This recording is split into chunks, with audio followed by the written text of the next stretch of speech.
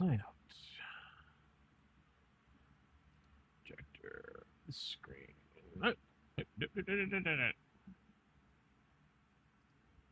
Alignment was play out, projector, screen 1, monitoring.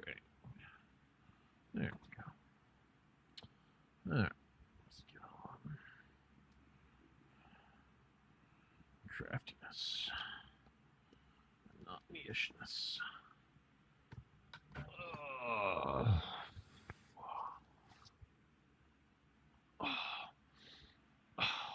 I should probably do the little now obligatory double check that things are working.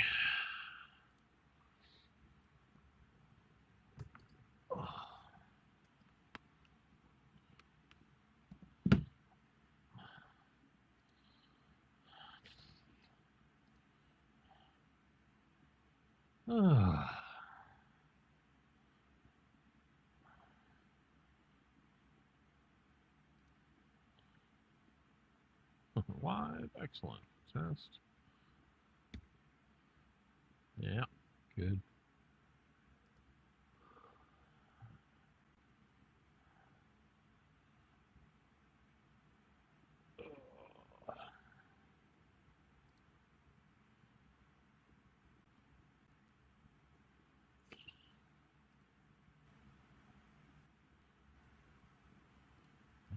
Sawed off.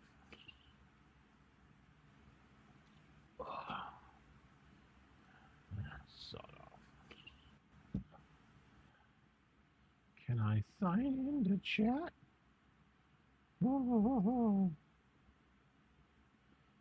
Yeah, that's on stream. Yeah, we're not doing that. Do it through the phone.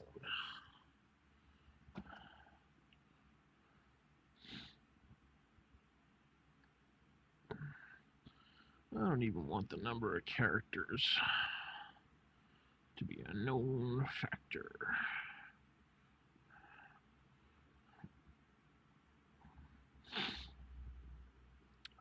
Where's that idiot? There he is.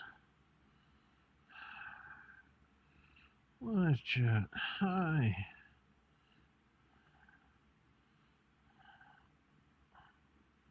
Uh-huh. Nope, there it is. Good. I hate that I have to even do that.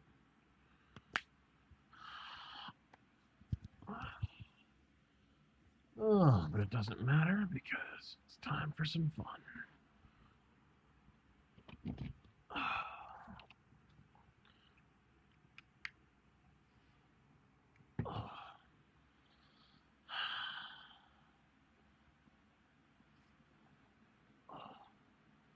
Have a puff because this humidity is clogging everything.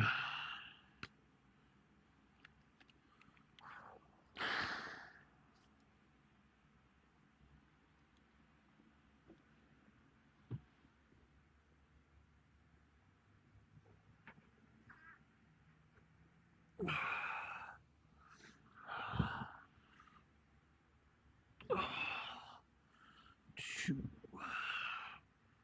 and three.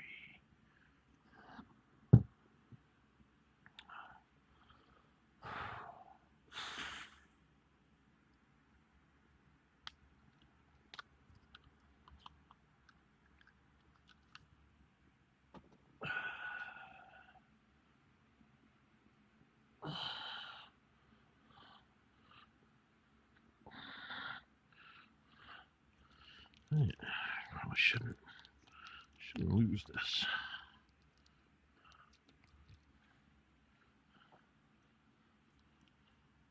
Actually, it won't really matter.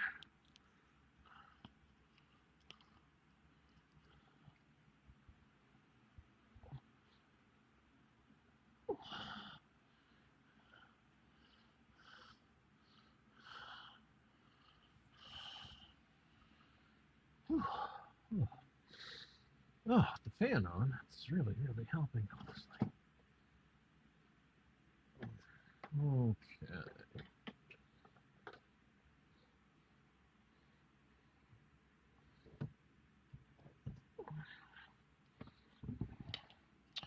Surprisingly helpful.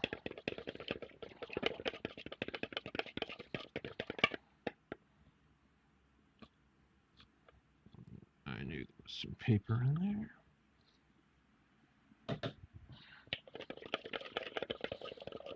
I should be able to water this down.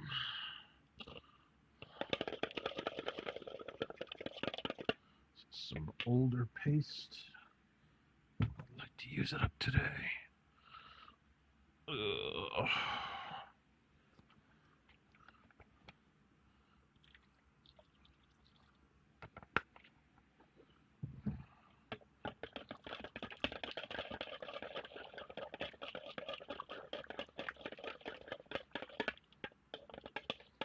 Yeah, that's pretty good.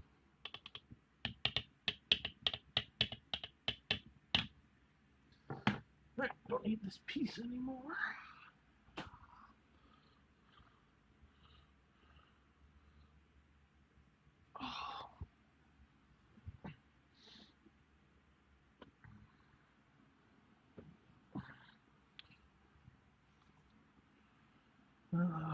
Spritzer probably should stay up here.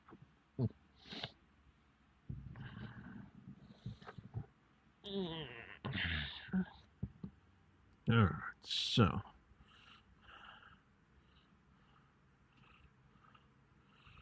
let's take off all the annoying little stringers. Come on.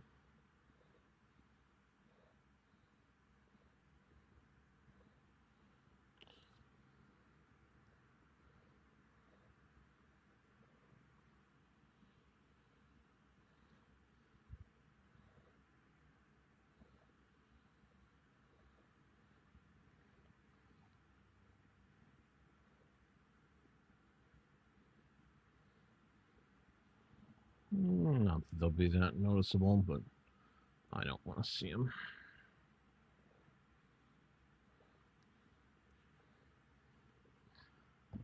Oh, I do also want to see how noticeable the hot glue runes even are.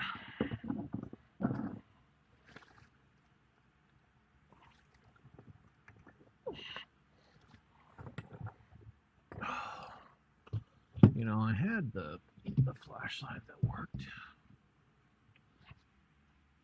I shouldn't say that worked. It had the batteries in it. Flashlight that had the batteries in it. And it was right here. As with everything I need, it was right here. Right here, ready to go. And there it is. How it got that far back, I'll never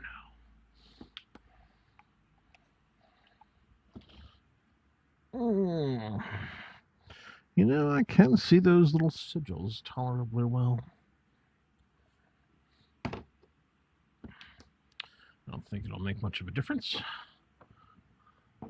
but I can see them, and again, tolerably well. All right, you're the one who's going to go in the back, and you're going to stick closer.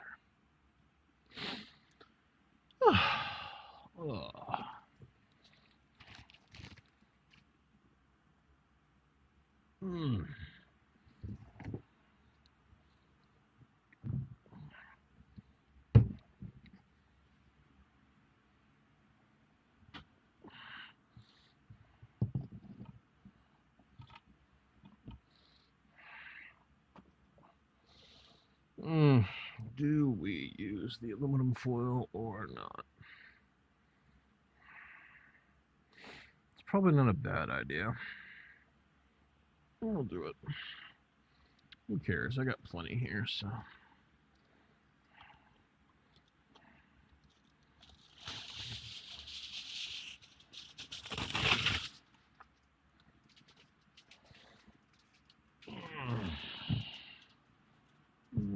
Do this one first. Doesn't matter where I move you, you're gonna be in the way. Alright. Alright. Give me just so much space as I actually need.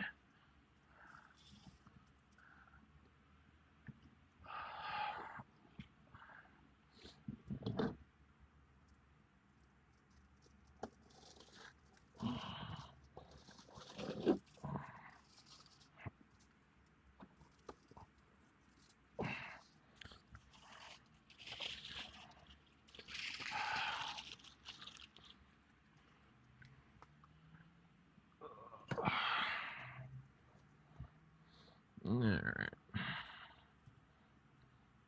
Alright, no matter what, this one's always going to be about 5 degrees off. Mm.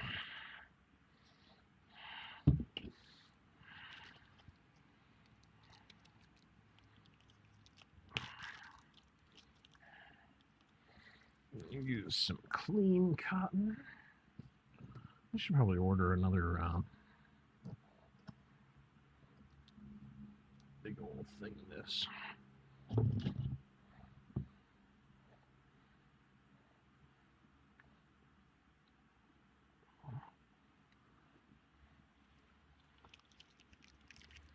Here comes the rain again.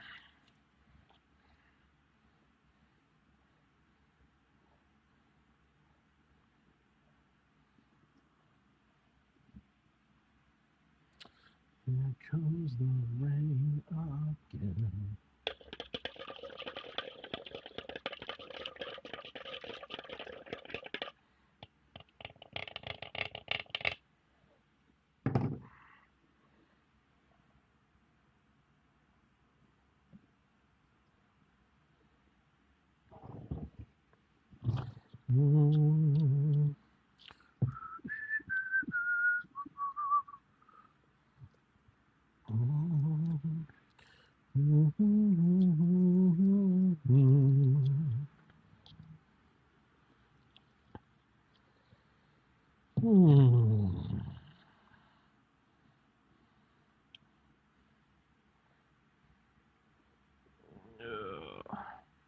Let's have some fun with the fun parts first.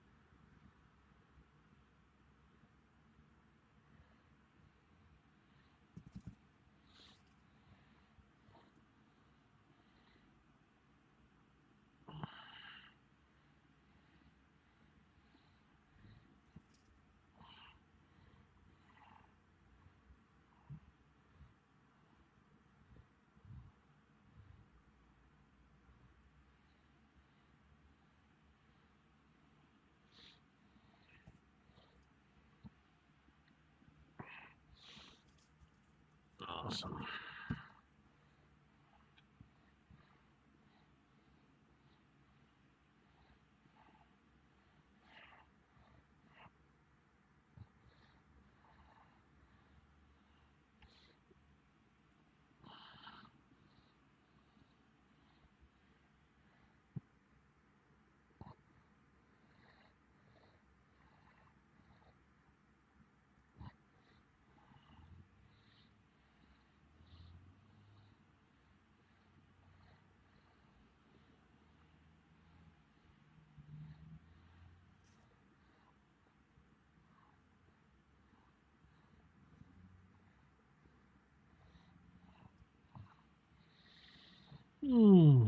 Come here, my friend. At least for right now.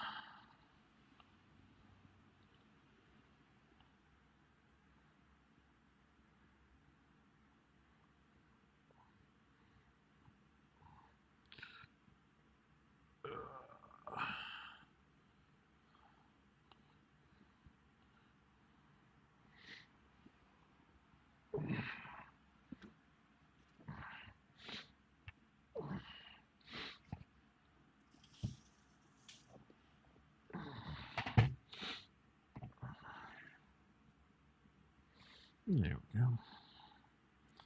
For fun and easies.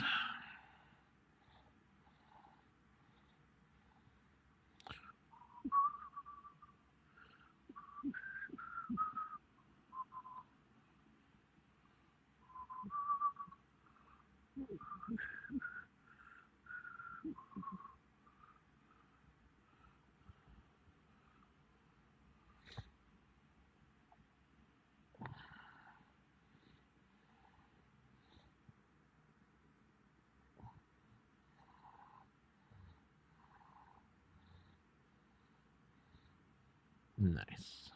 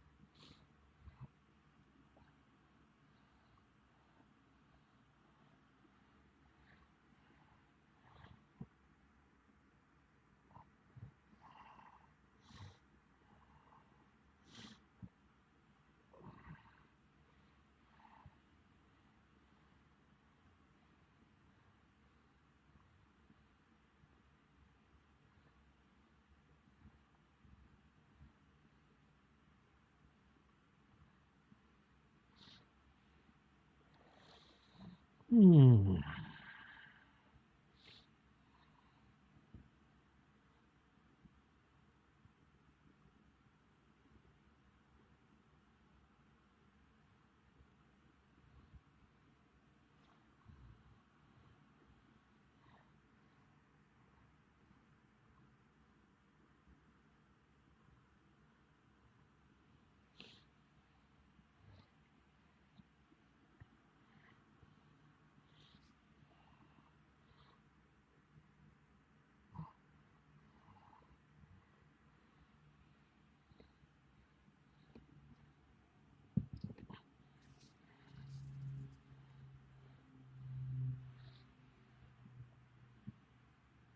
Hmm.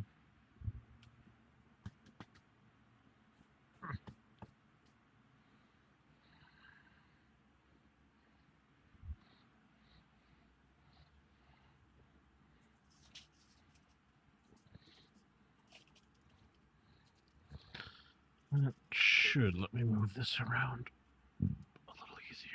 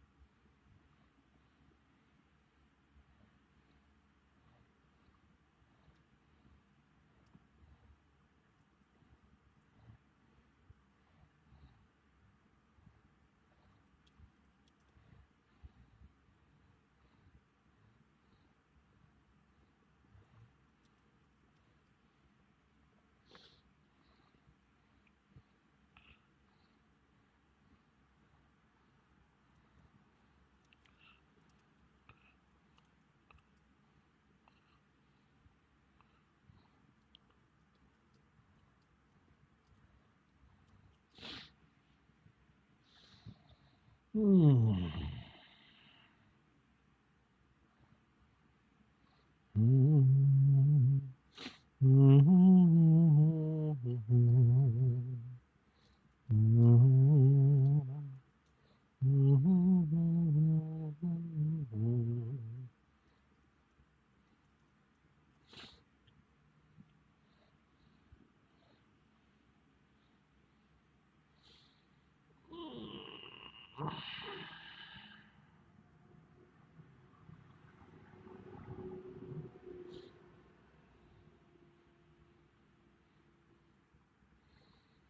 Hmm.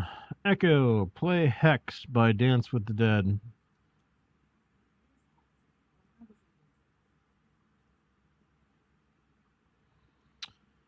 Echo, Volume 8. Whew. Echo, Volume 7. That's nice.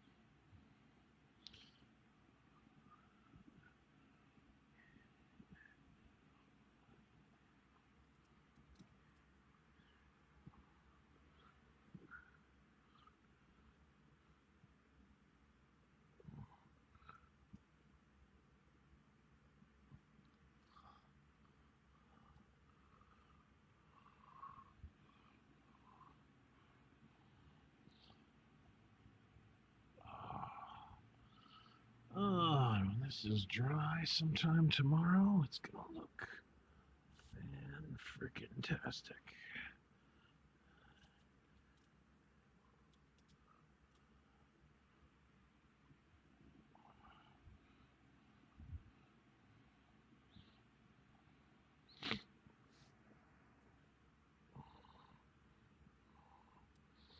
Hmm.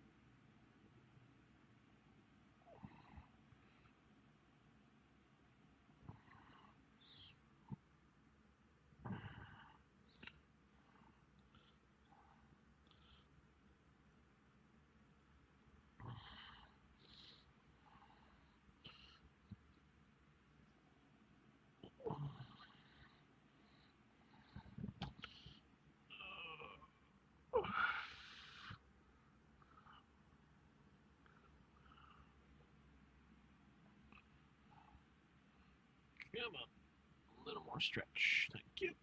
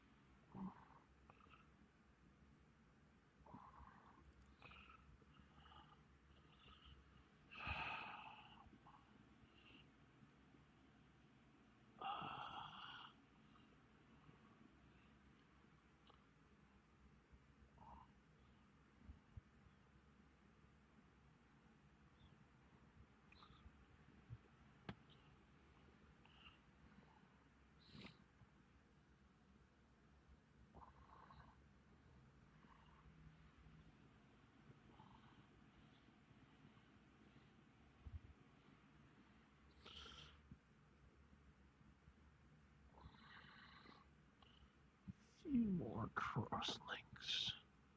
There we go.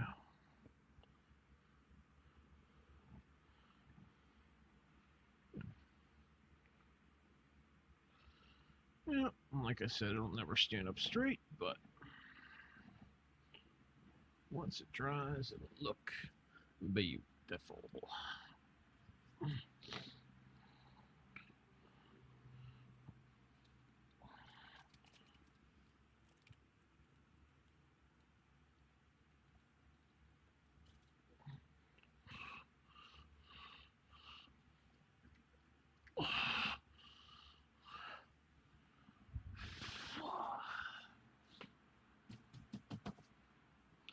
So I do have a few more of these sitting around. That's good.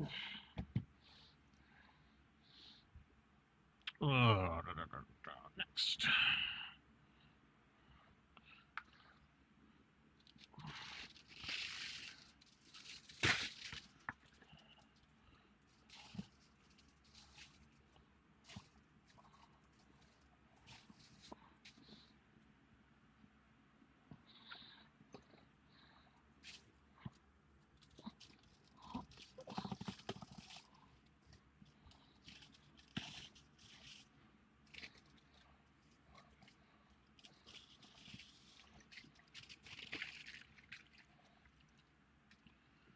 I probably ought to put a new blade on this thing.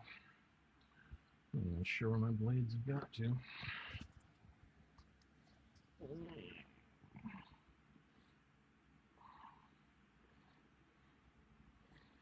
Hmm.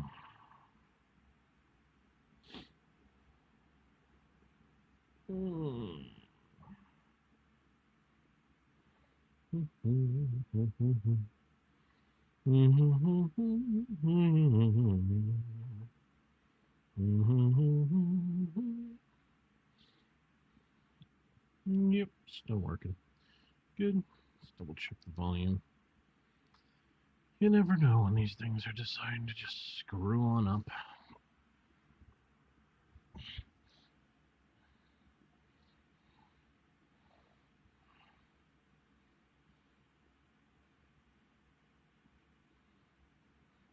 Gemma.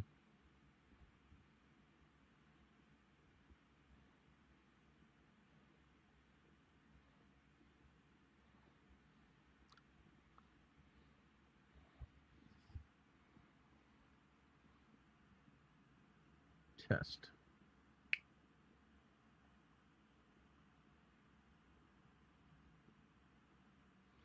I don't know about you. Yeah, would help if I actually turned on the volume. Would help if I actually turned. Yep. All right, next.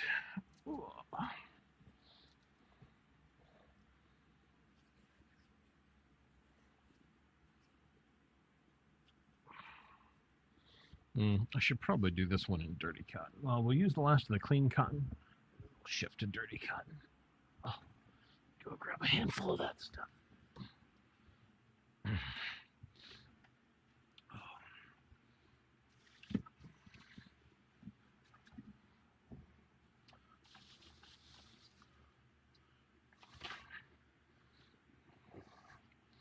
The rest of the dirty cotton's down there.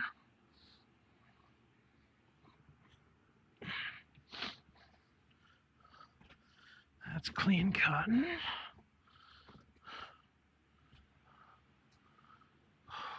Walk by the fan.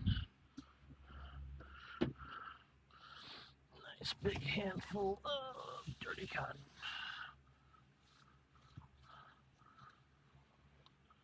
There we go.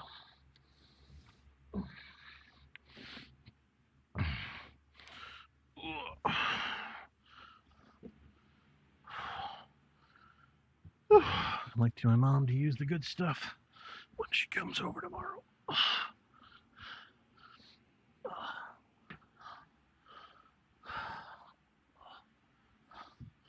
We can use the crap stuff now.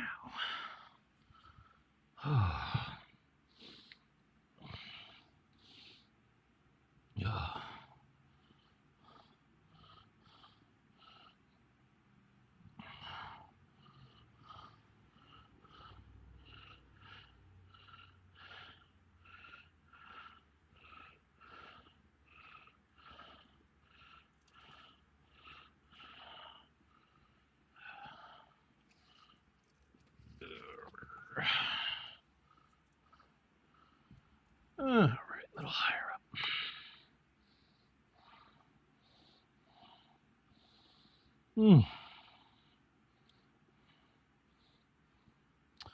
surprisingly long day.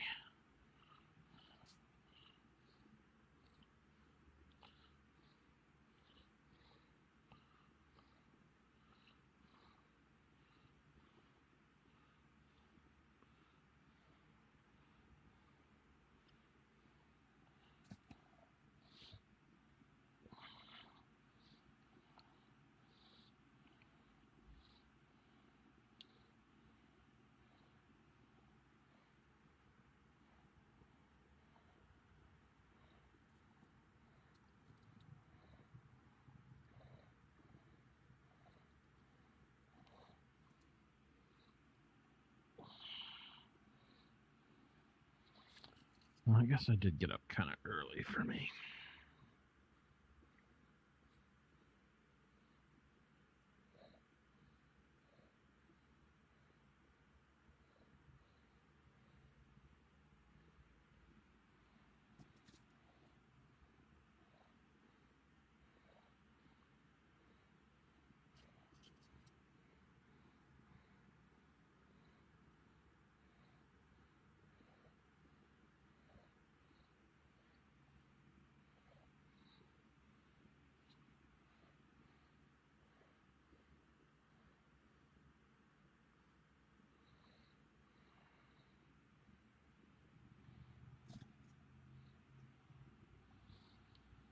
Hmm.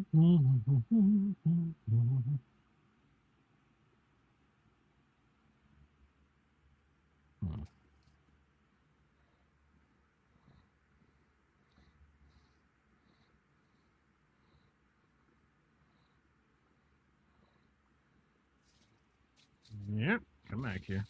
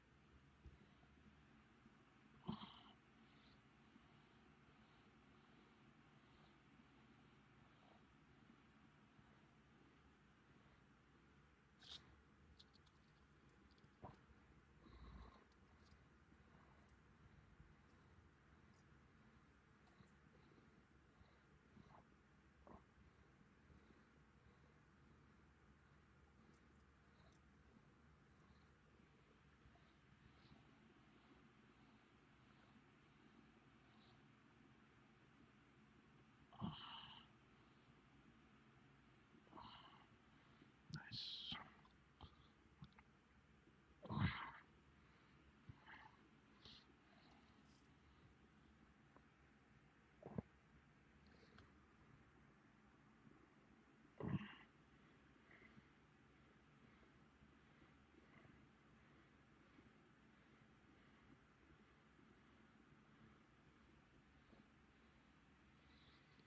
All right, that one's got the crazy sigils, so I don't want to get too nuts.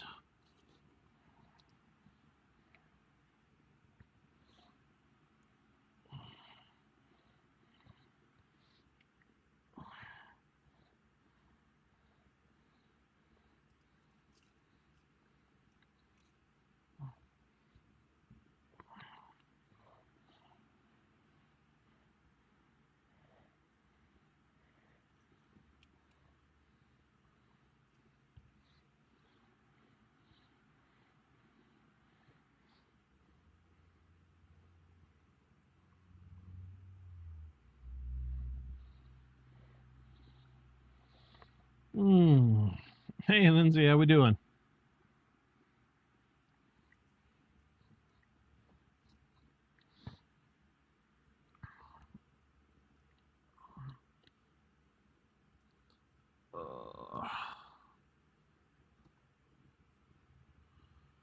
Uh, Just getting some witchwood done.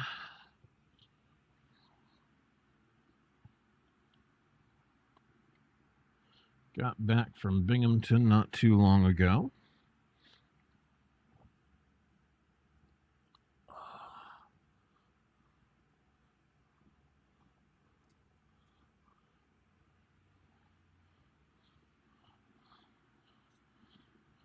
Oh.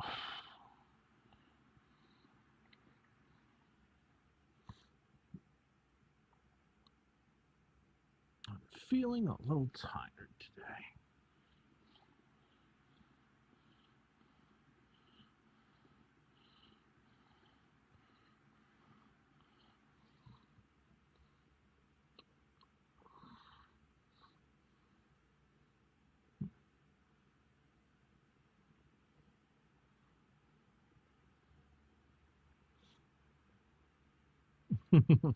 I appreciate it. Because it bugged out the other day. You probably saw. That was annoying. It's one of the reasons I just keep giving it the odd check over every now and again.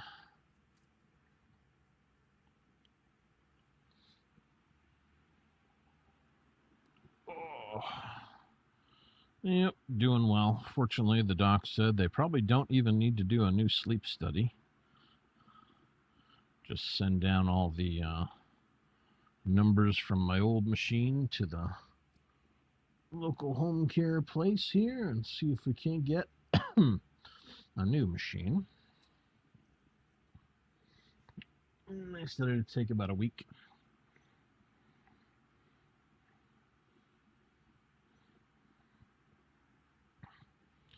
Which would be darn nice. Pardon.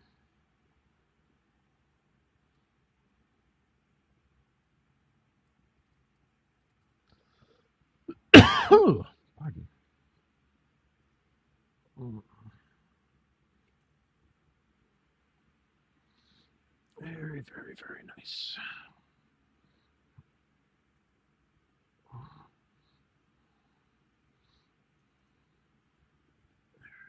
Left here. A little bit left.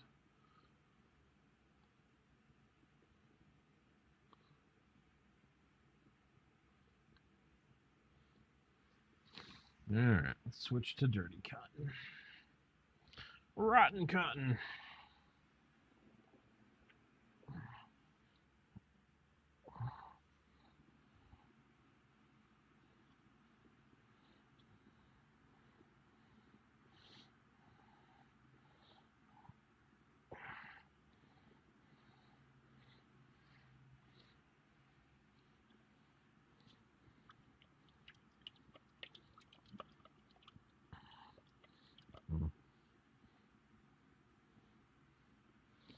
Need some more paste before we know it here.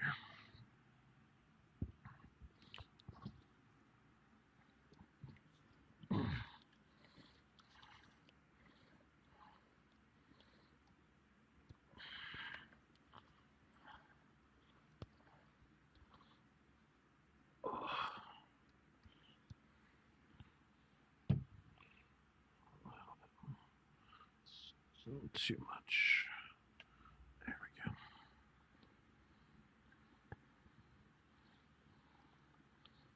Ooh.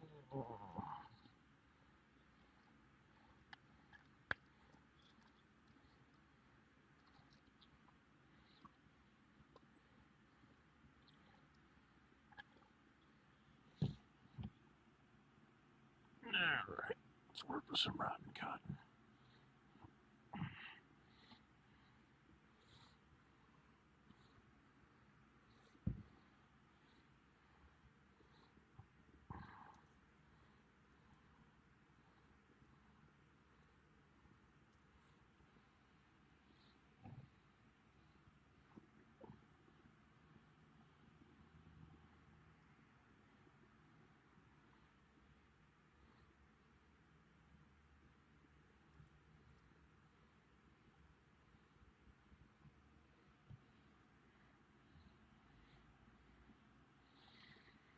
Hmm.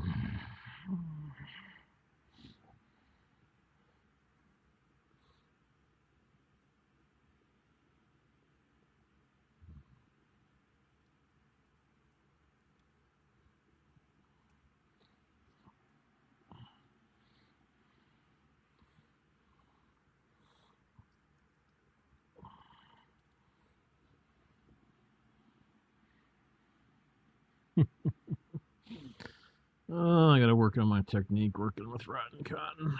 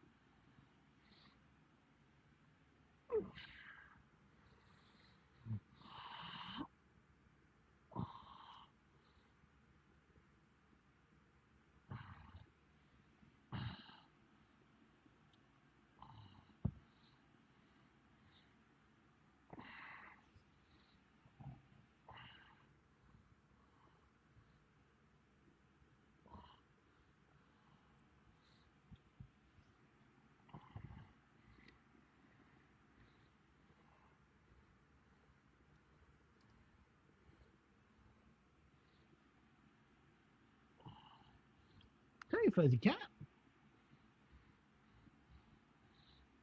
Good girl. Good. Give you a little bit of pets with the back of the hand because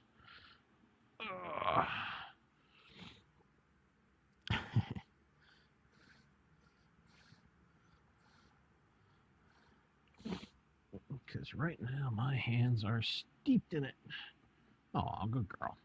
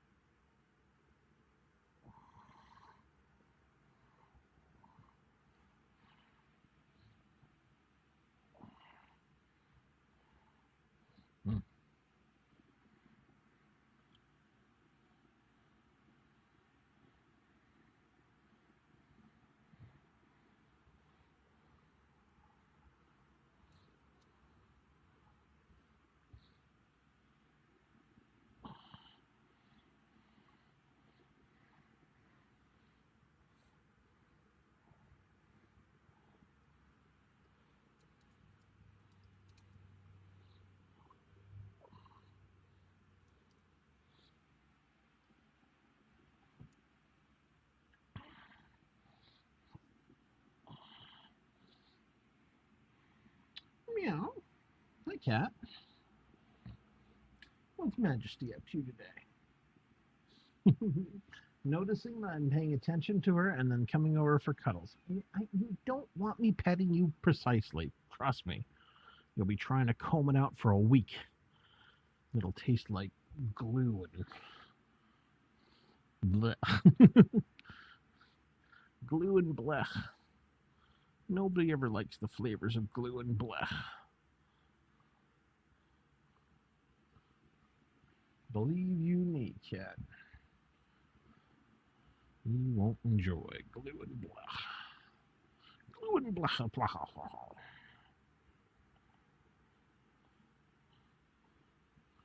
Blechen, blachen, blochen.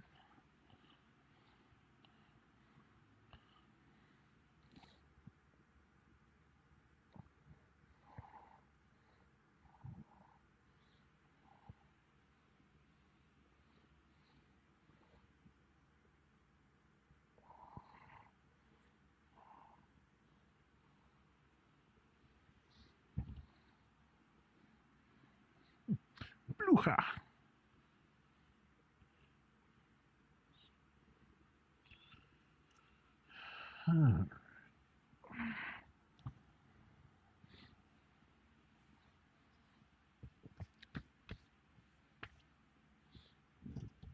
Alright, this is a good opportunity to use up this glue water.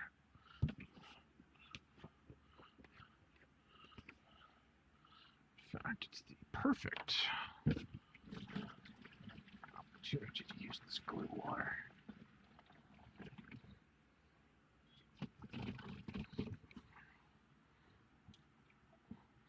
Perfect. And then I can use this big jug to just transport water from here on out.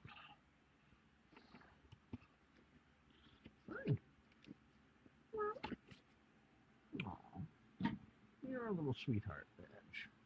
You're a sweetheart. Yes, good girl. Oh, little flower.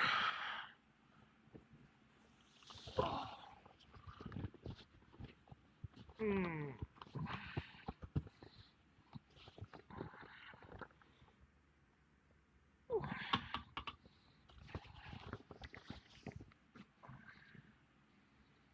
Mm. Mm.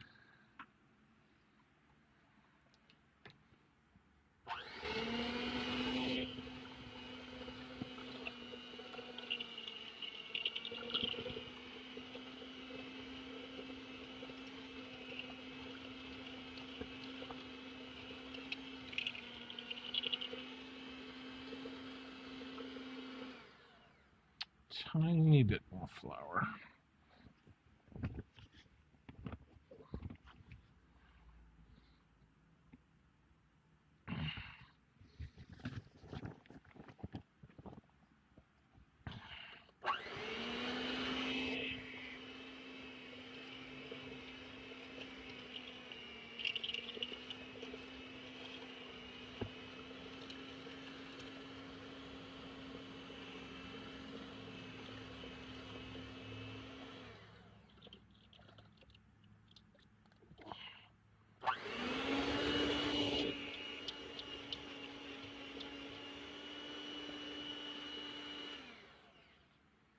Okay, it's a little bit, yeah, a little bit thicker than I need, but it's fine. Take advantage of this brief moment of dry hands.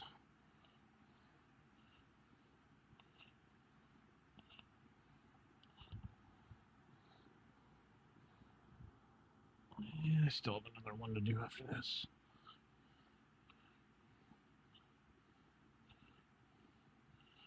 Okay.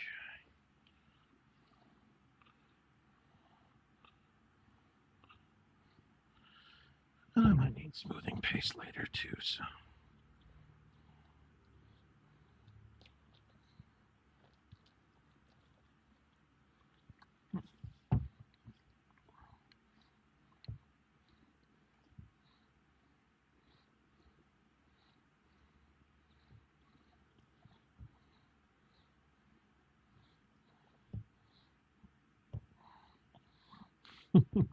Yep, that's thicker, all right.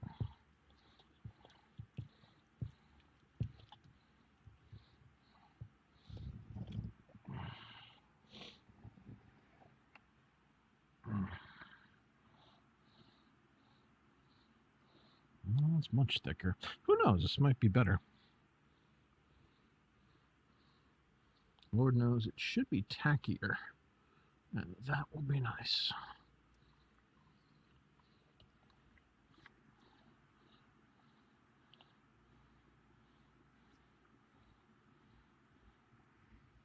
Yeah, it's quite a bit tackier, which is indeed very nice.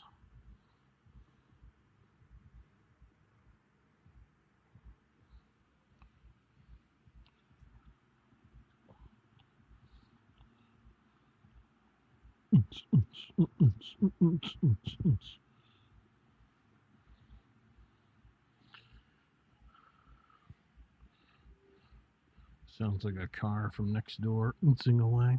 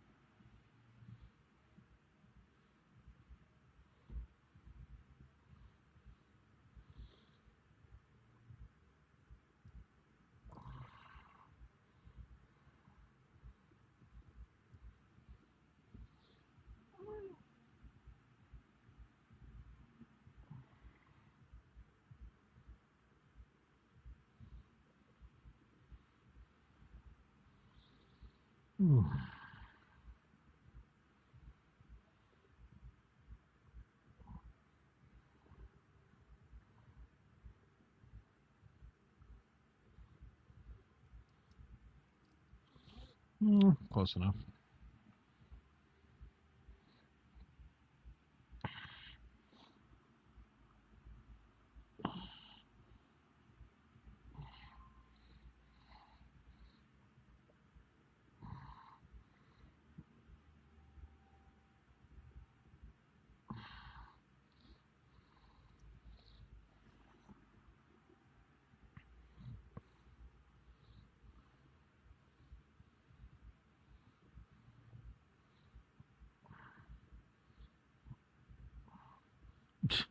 I better not get copyright struck for music on the. Or I shouldn't say copyright struck. I better not get copyright dinged for this music in the background. Though I'm willing to bet it's probably not in the background that much.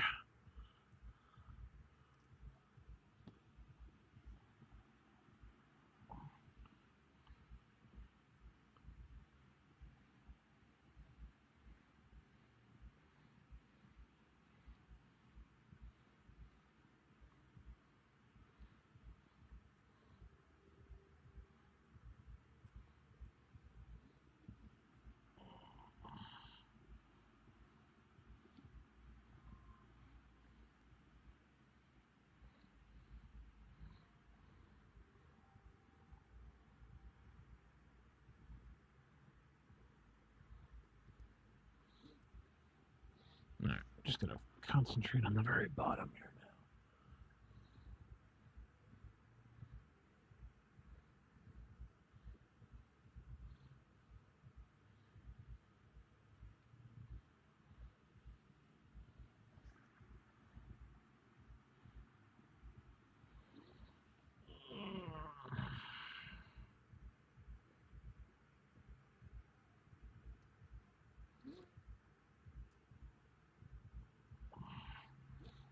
Should be close enough. One way or the other. Should be very woody stemmy. We'll let it dry up.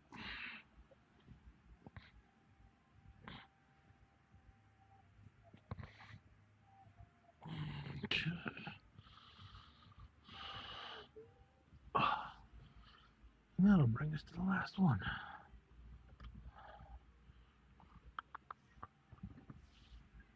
Oh, a big square piece of cardboard. That is a stupid thing to ask. Of course I have a big square piece of cardboard. Why wouldn't I have a big square piece of cardboard? Of all the people in the world,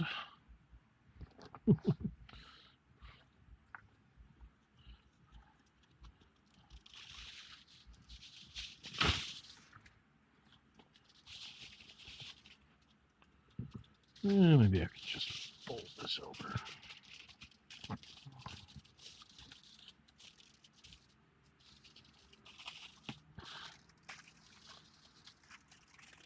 There we go.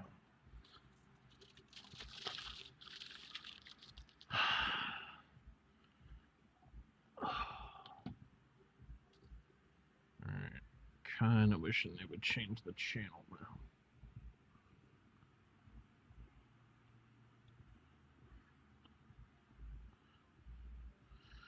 Let's start from the bottom up.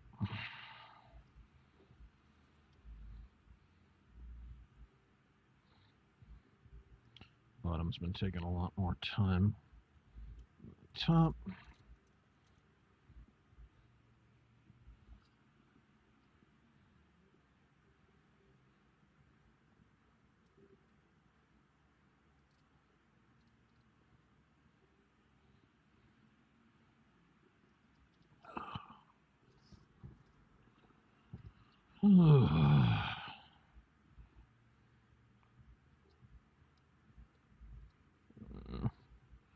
Please stop with the auto-tune rap music.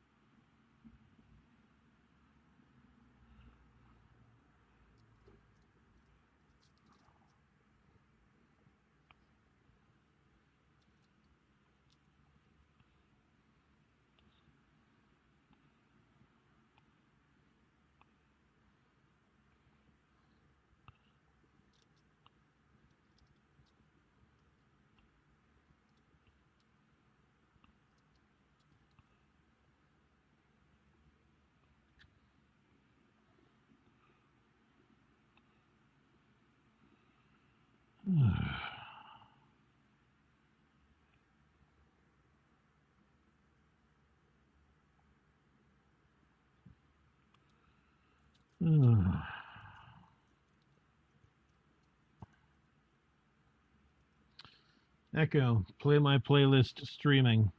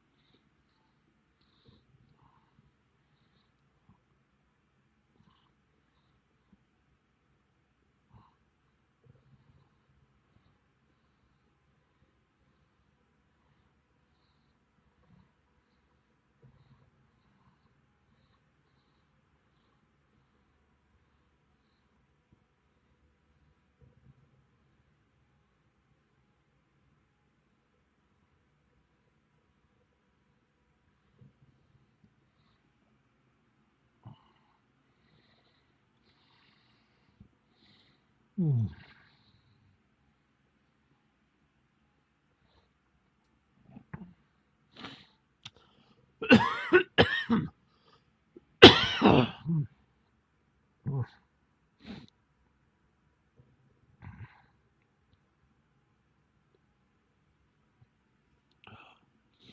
Yeah, I think I really do prefer using the clean cotton.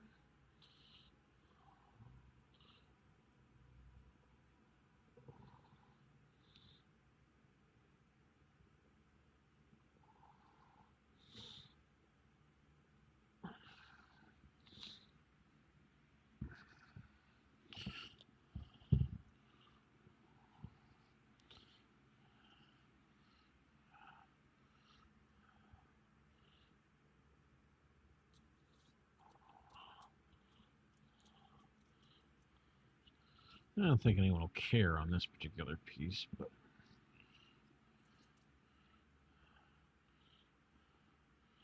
I know that for me in the future, I will greatly prefer using the other stuff.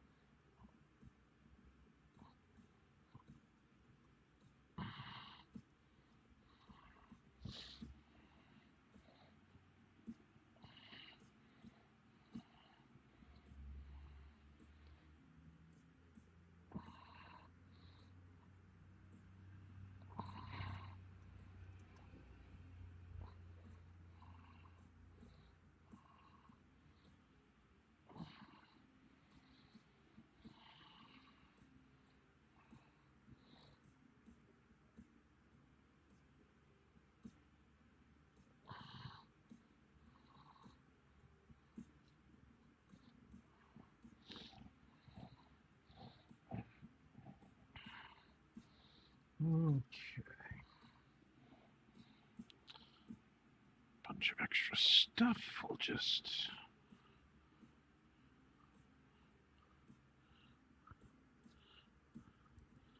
gush out on the bottom.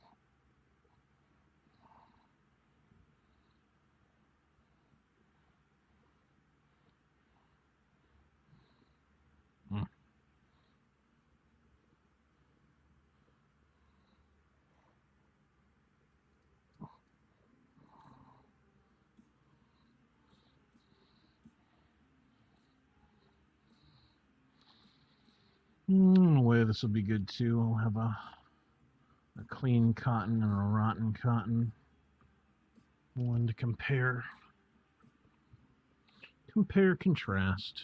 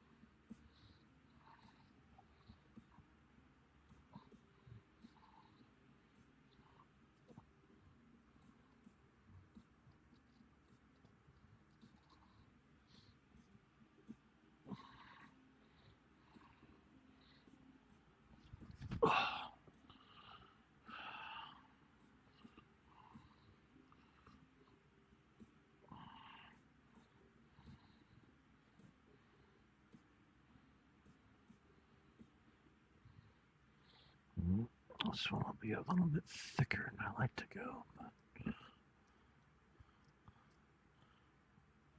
that's fine.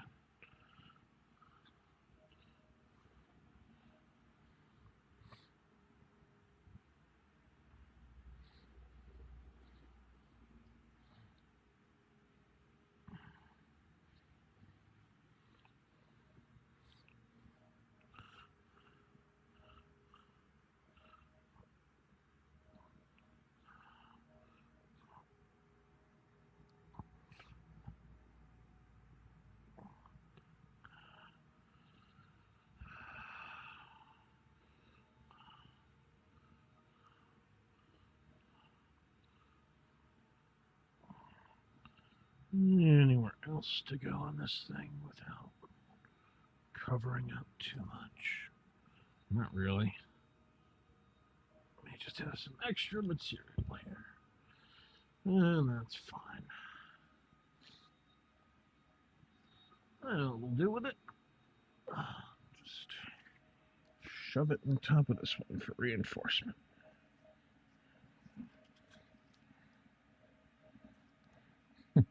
Come to think of it, I probably should have been doing that a while ago.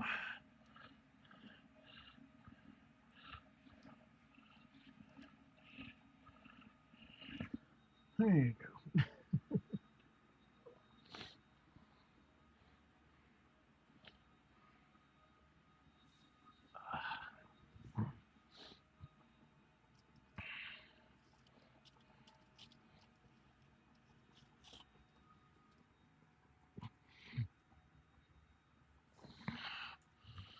All right, 3 witch candles.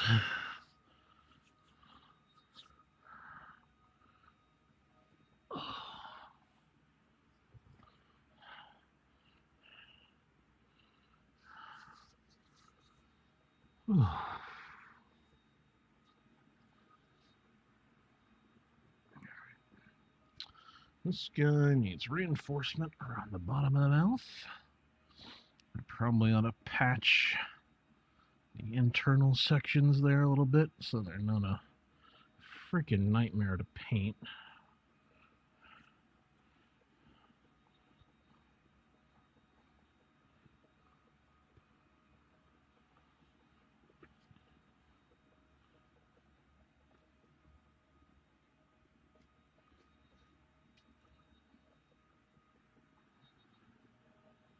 Oh, and the main pumpkin needs its secondary side done.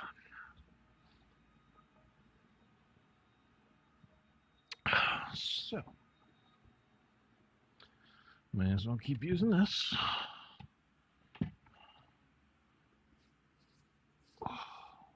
Alright, we don't need the rotten cotton anymore.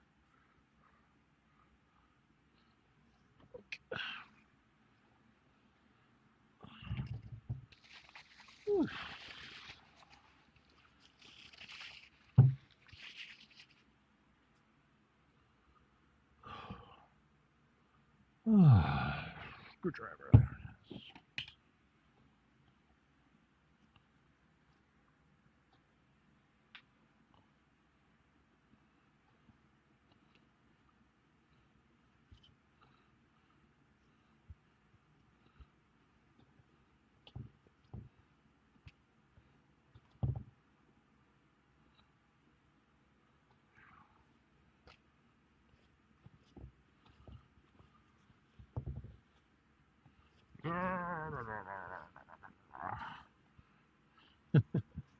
And the other fun thing about this, you get to be a cat.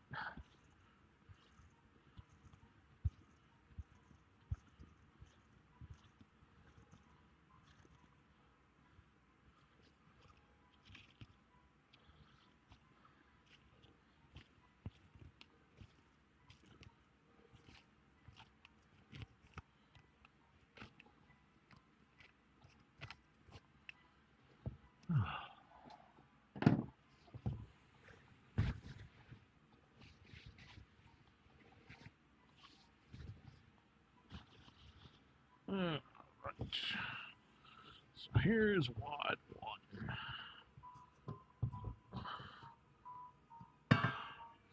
Should probably also try the food color trick again at some point.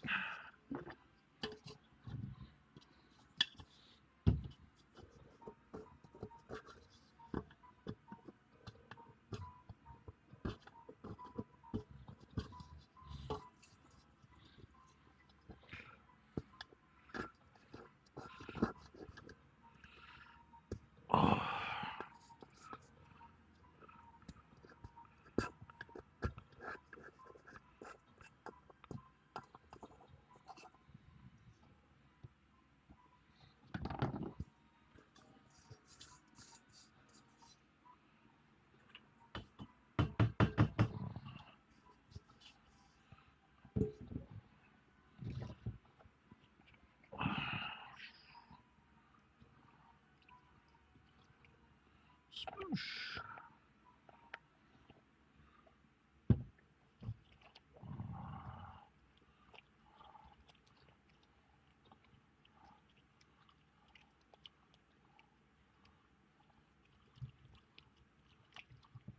I'm kind of curious. I know I tried it with the whisk once, but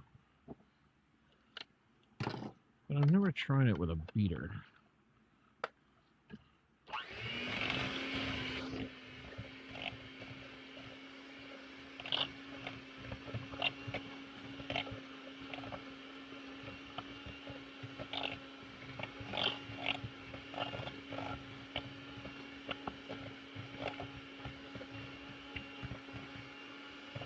It certainly is not the worst thing I've ever done. Hey, David, how's it going? Whew.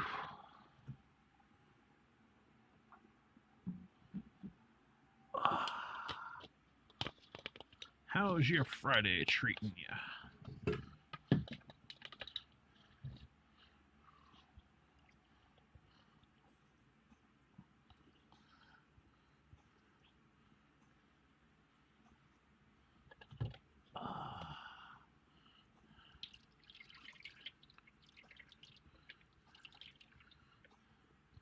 Good. Glad to hear. Very glad to hear. Oh.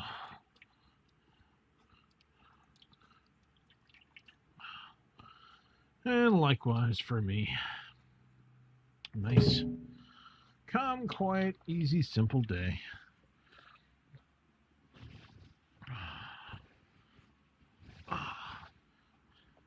The humidity's kind of getting back to where I like it much better. We had a couple of thunderstorms roll through this morning and around noon.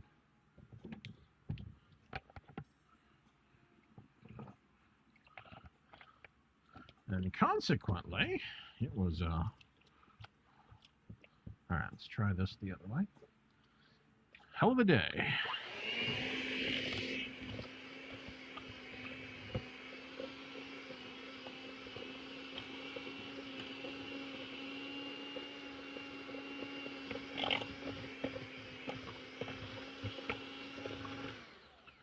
Sadly, this does have a slight proclivity to do the same thing the paint does, or the paint mixer does.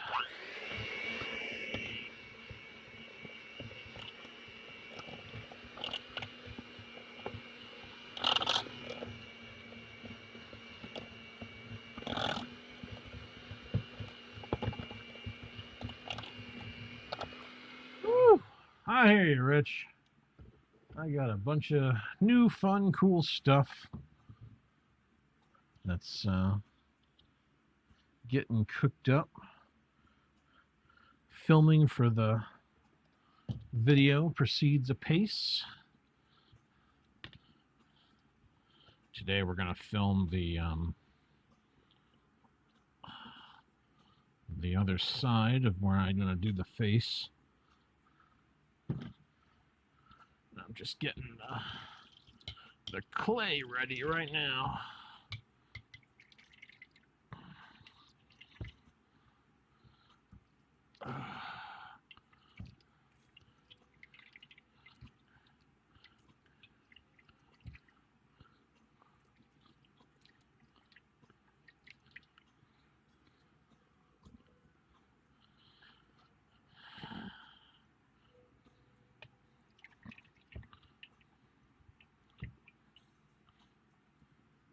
Yep.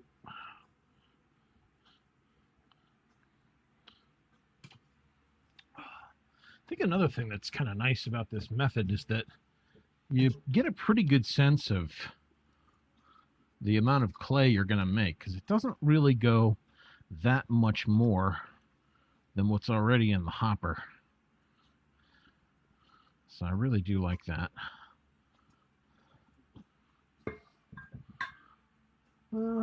That thing's going to eat more than I thought it will. These other two are not going to eat that much. Though, again, I can always just store some for tomorrow. So, I shouldn't feel too bad about making a little extra.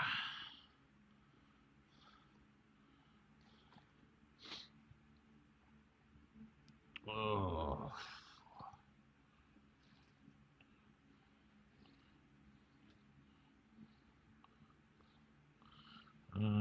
Playing the two-ply trick on me.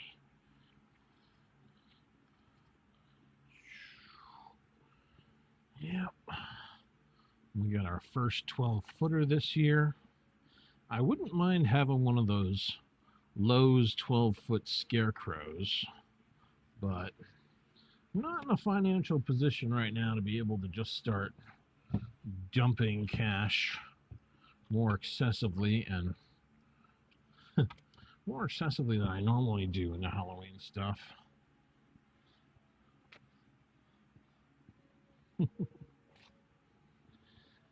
Well, I'm fortunate in that we've got a good amount of stuff, and even if I never bought or made another thing for an age, we could continue to rotate what we've got, and it would be fine.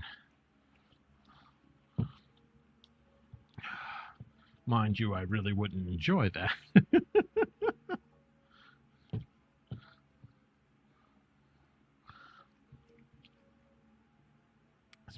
That's half the fun. 12-foot jack. That would be fun.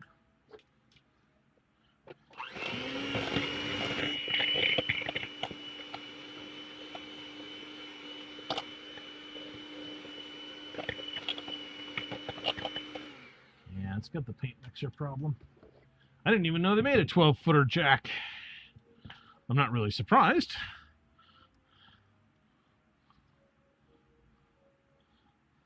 Who would have ever thought, like, an innocuous little 1994 film would retain to this day such a Halloween core concept that very few other films have matched.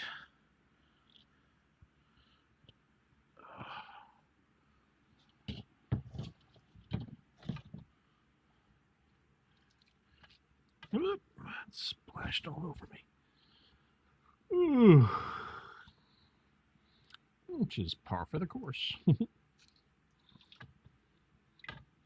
I'll probably need to add this water back into the mix.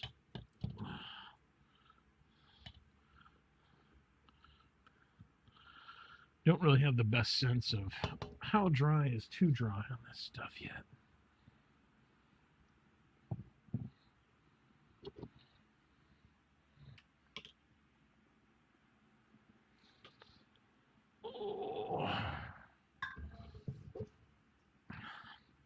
Yeah, Burton, a mastermind of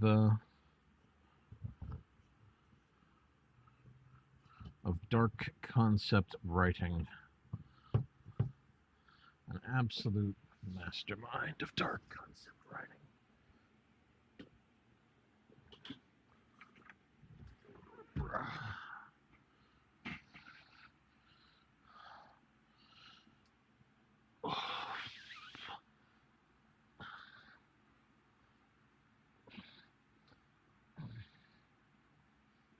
If I remember right, he was...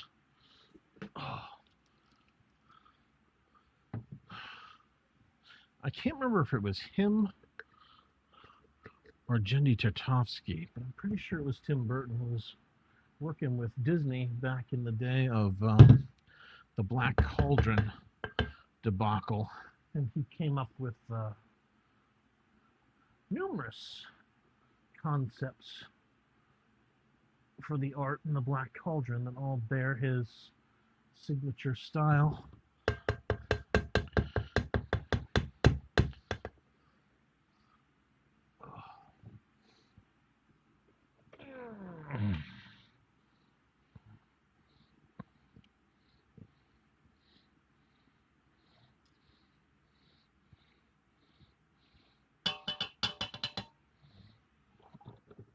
Hopefully that's enough. Hey, freebie bits. Neither did I until I watched a little YouTube-y show on it. I was like, Tim Burton worked on the Black Cauldron? What?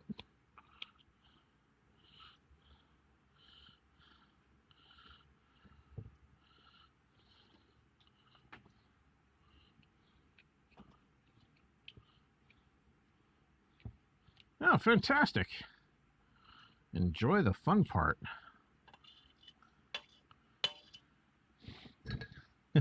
Any particular one, or just like the one I'm doing for the My First Pumpkin series?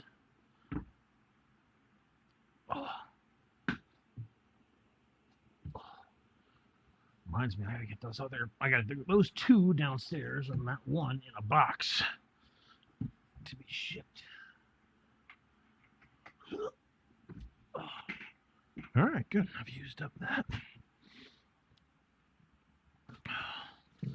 I need some more glue eventually.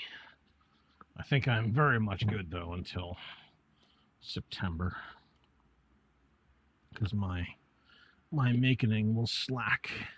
Ah, the beach ball pumpkin. Yeah, I've actually seen a couple of clones of that face online, usually in the DIY What was it, DIY Halloween or DIY? It's one of the DIY groups. I've seen a copy of that face come up a couple of times. I'm very pleased that people are using it and like it enough to replicate it. Whoop. All right, this thing needs like a stand or something. All right. Cha, cha, cha, cha, cha, cha.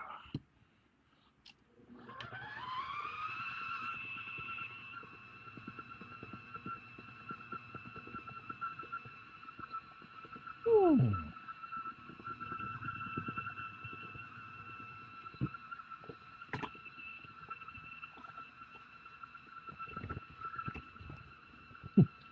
Let's do another experiment.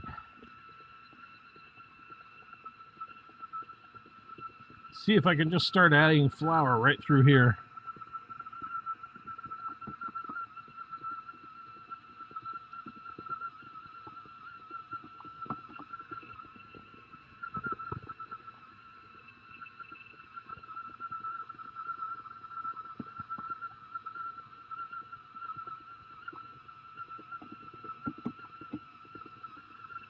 Seems to be working.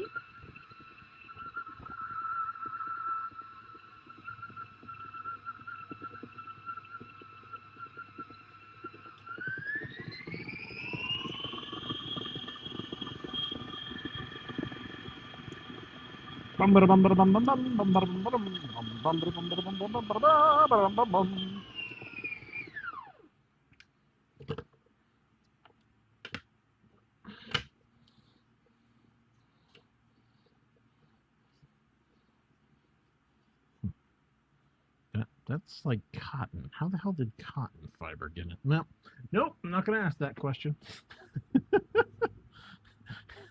How the hell did cotton get in there? Because you were just working with cotton, stupid.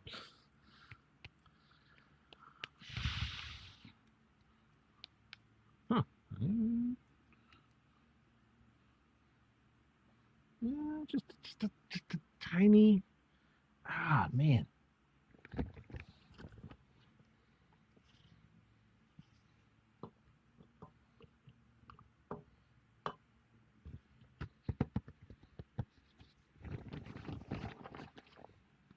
It's got a bunch of tackiness, but it's possible I just added a little bit too much glue. Hey-o!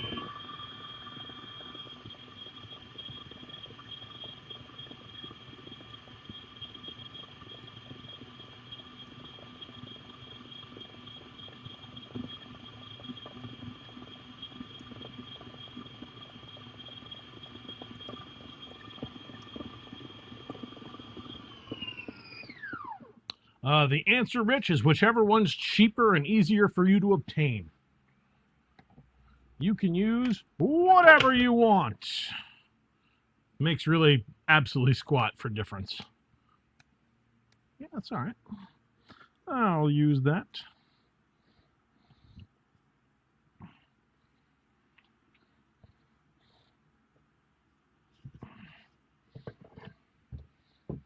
Yep.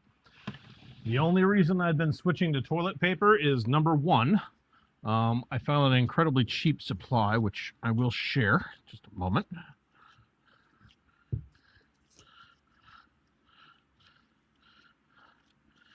And two, its texture is more uniform. And three, again, anybody can get a hold of this stuff. Anybody can get a hold of it. I think pound for pound, the cellulose insulation is probably cheaper because you can get a bale of it for 14 bucks, and a bale of it will last you an incredibly long time. Though I need to try to process the cellulose insulation pumpkin material the same way I do this TP clay now, where I wet it ahead of time, kind of try to break up the fibers, yeah, and all that. So yeah. Oh yeah, the source. Hey,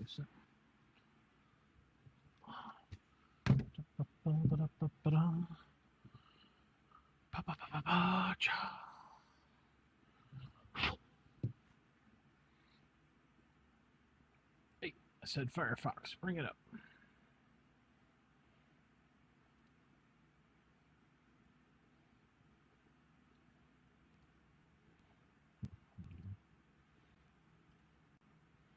All right.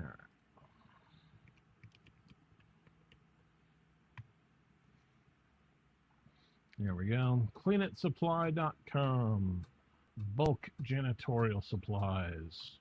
They usually have an flip ton of sales.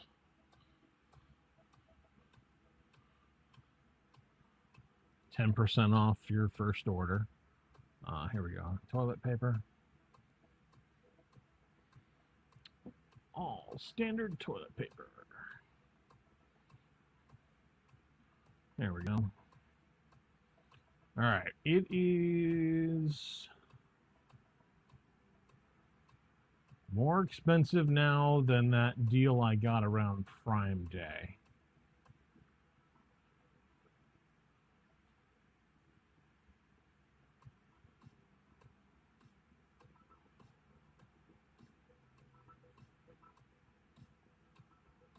Why is this one less per carton? 2-ply, BWQ 6144, 6155.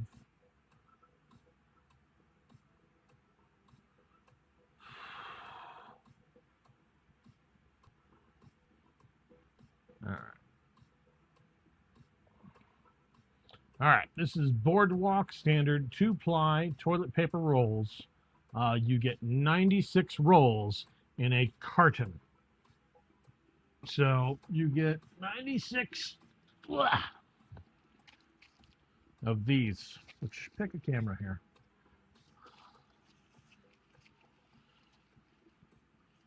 And a carton is a box that is,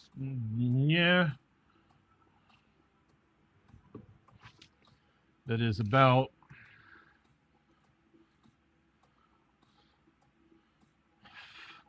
let's say 34, I got 2 of them downstairs, 34 by like 14 by 14. So it's a big old box, but it's 96 rolls of this for 44 bucks. Even with tax, let's say it costs you an extra, let's say it costs 55.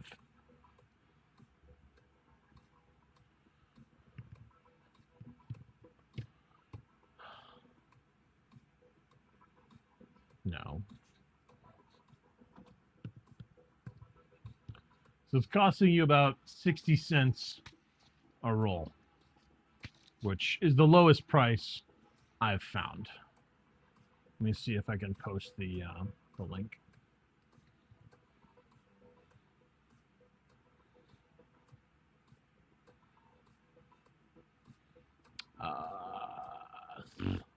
YouTube's going to ask me for a password, and I can't do that on the screen here, but I'll put it in the Twitch chat, which will pop up. So let me actually do it to both. Hopefully this won't give me crap about posting a link in my own chat. Hey, I'm the only viewer.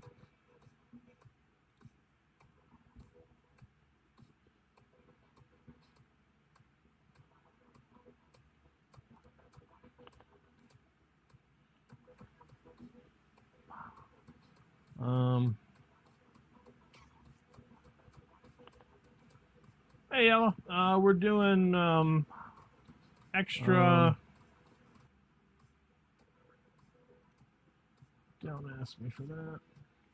I don't even know if it's got the right password locked. Yeah.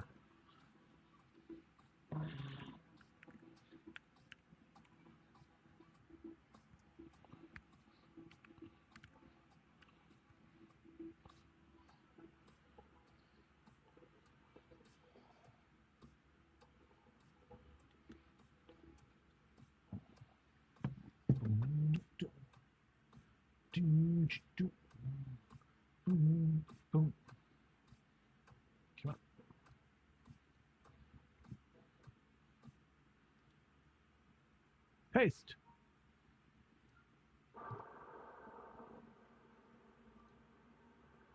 There.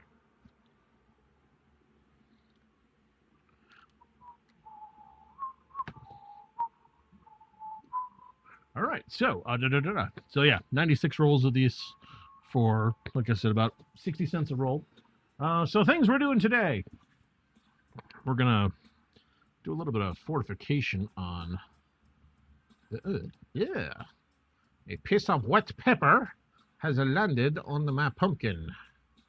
I do not like it. We're gonna do some stem stuff, and oh my god, that's.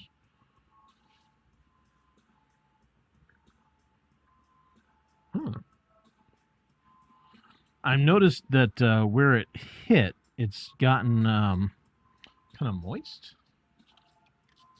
I think I tried this once before. I just want to try it again real quick.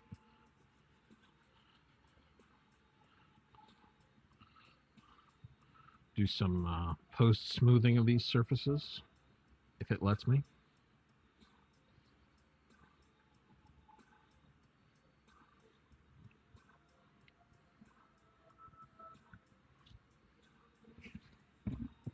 Let's give this a sec. Let's let it sink in for just a moment.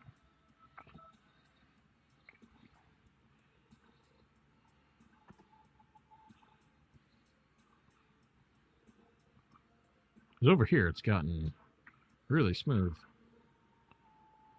I'm always looking for smoothing solutions, because the downside is I think that even if it's smoothed well right here, it would get wrinkly again after the water evaporated.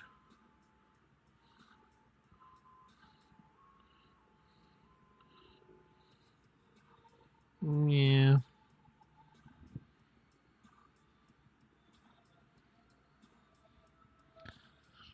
I don't think it's going to be a great method. Okay. So, stuff we're doing today. So this guy, first off, got, he was not dry enough. Now he's had all night to dry up. So we're going to cut out the rest of his face.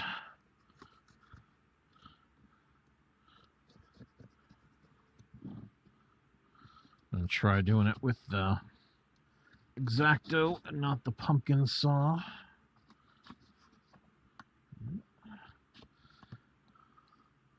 I was mentioning repeatedly about why we put a internal shell on these pumpkins.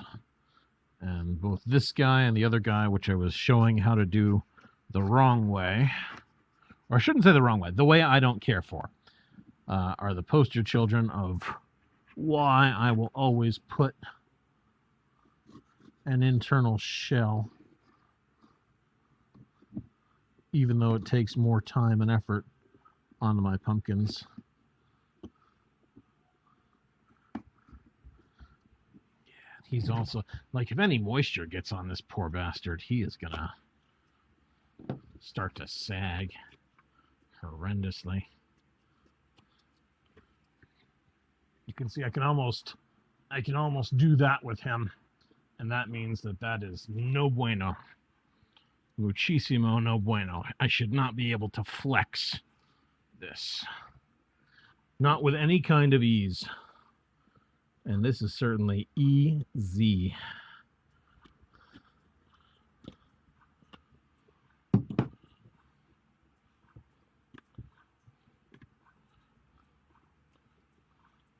In fact, we're gonna film that.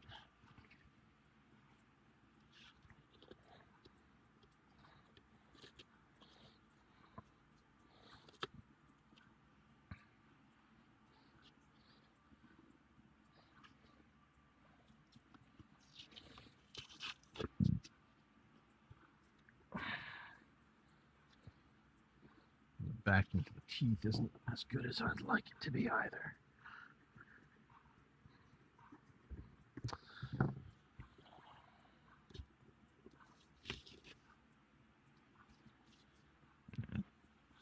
No me gusta. Do not like weak stuff. Yeah. Well, I was doing it for the video to film because somebody said, "Why are you doing it that way?" And they used all caps. I don't think that the use of all caps had any real bearing on it at all. I don't think they were intentionally doing the text shouting, but for some reason,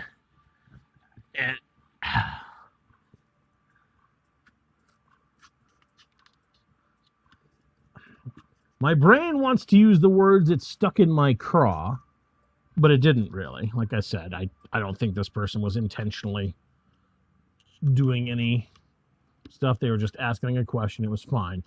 But it occurred to me that I should probably show more alternate methods, especially for folks who really just want to get this done. They don't want to take a lot of time. So I demonstrated doing this without putting a shell layer in there. And now I really, really hate what I've got.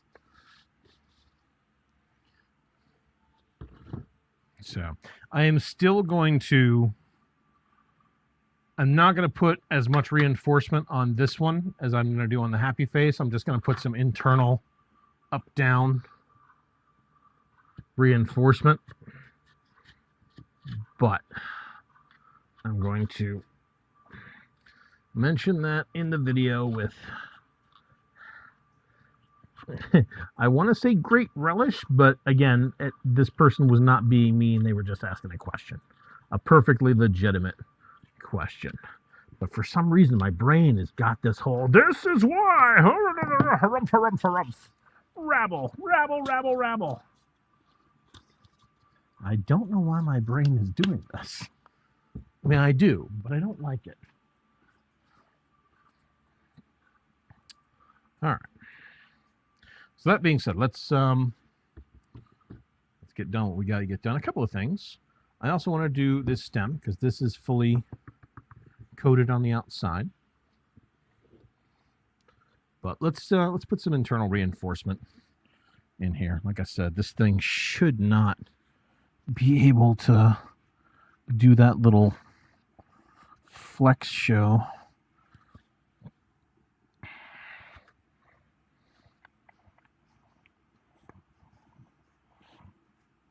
Not one bit, not at all.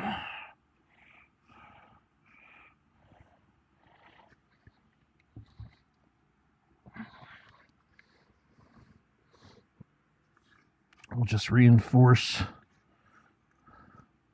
behind the face, put a little column running up to the forehead behind the nose.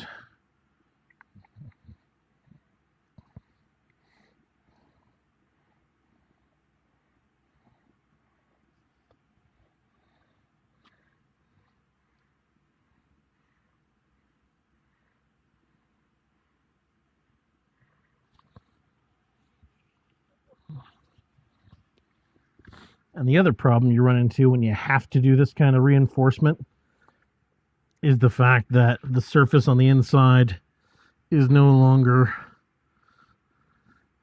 as easy to paint. You start getting lumpy, bumpy areas that are at risk. Muchísimo at risk.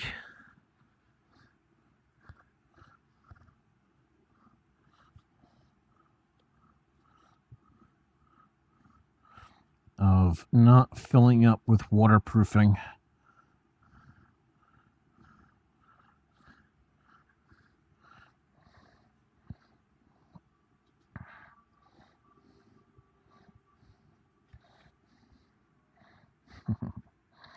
And all of this would have been solved by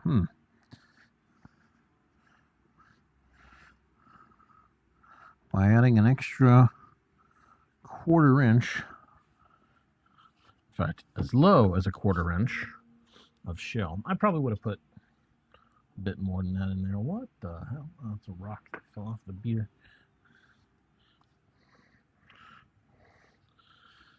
So at any rate,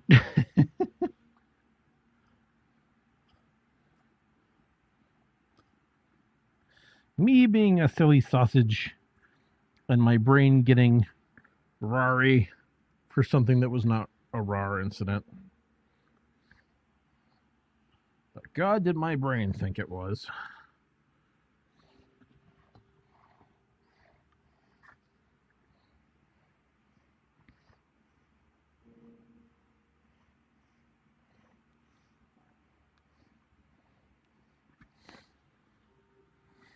All right, so that's the inside there reinforced. Just gonna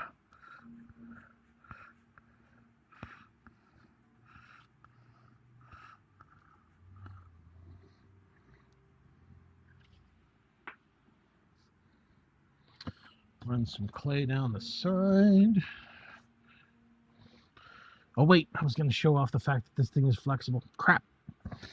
Ugh. I already shoved my hand in the pumpkin. We're not turning back.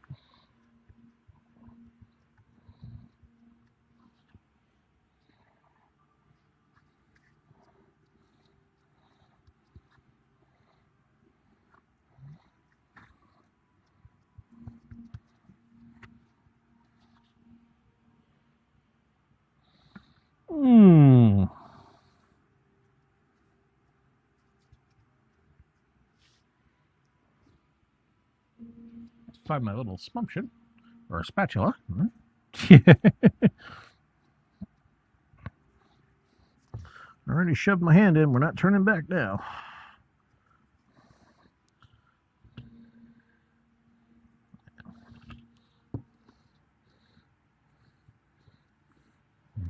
About the only plus side of this is the fact that because the thing's so damn thin on the opposite side, it should dry with relative expedience.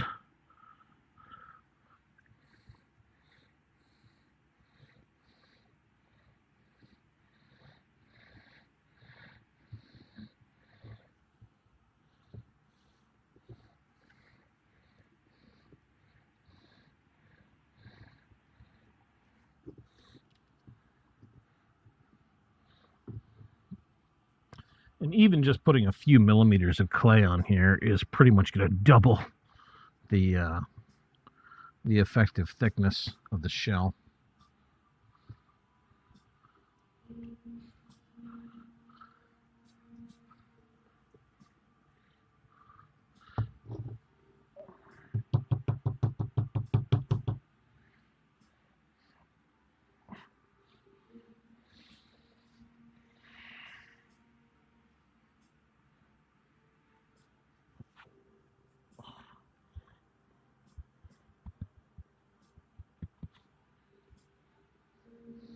Yeah, right.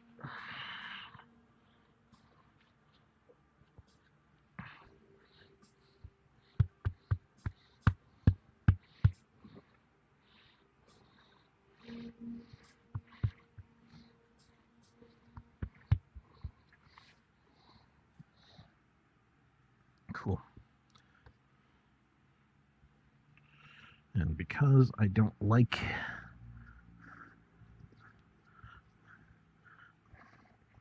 the overall thickness, I do the same thing on, or at least a patch on the back.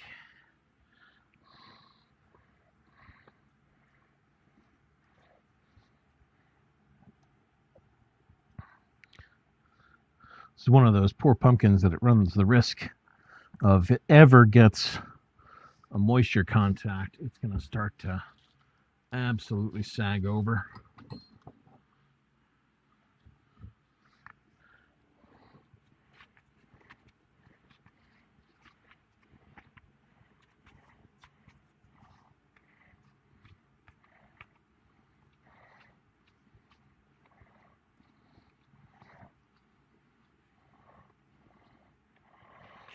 Do what we can for the painting ease with a quick little bit of spatulizing.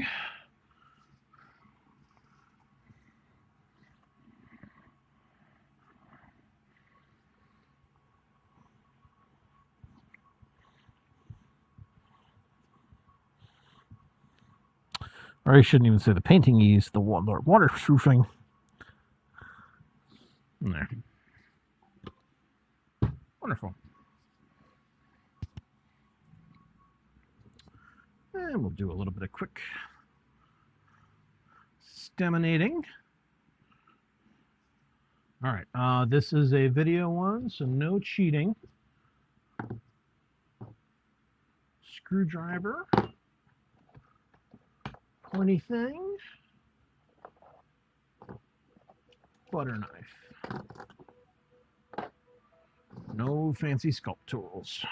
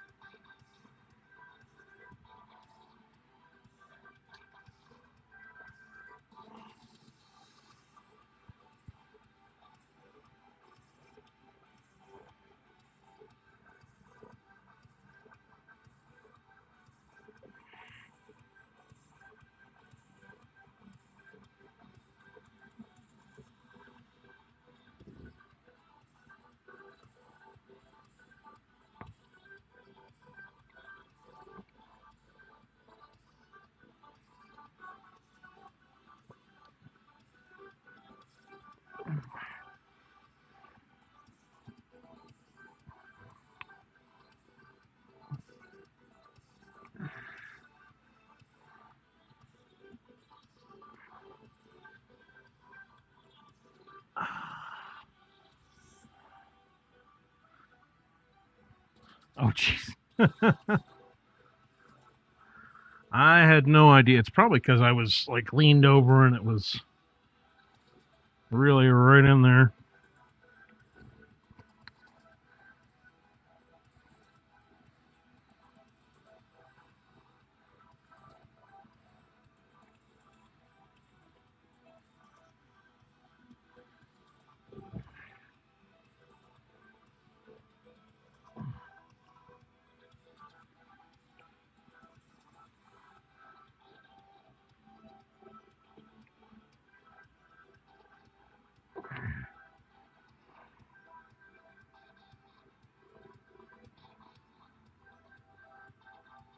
Yeah.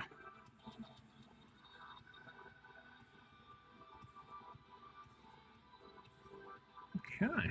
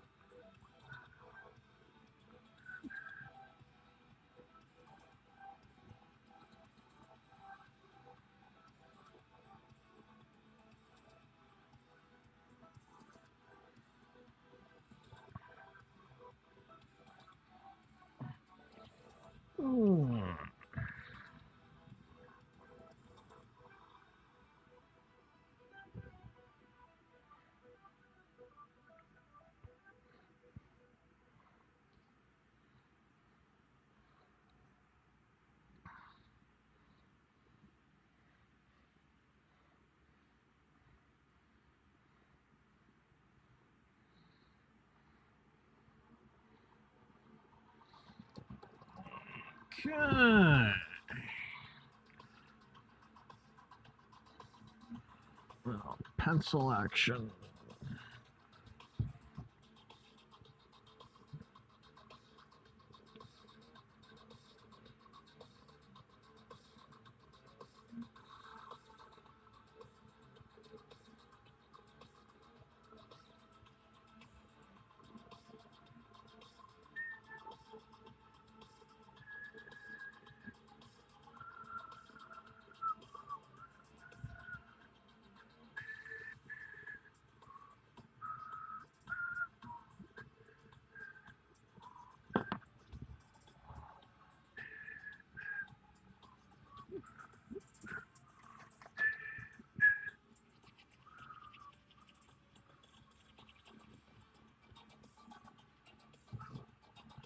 Smoothing paste.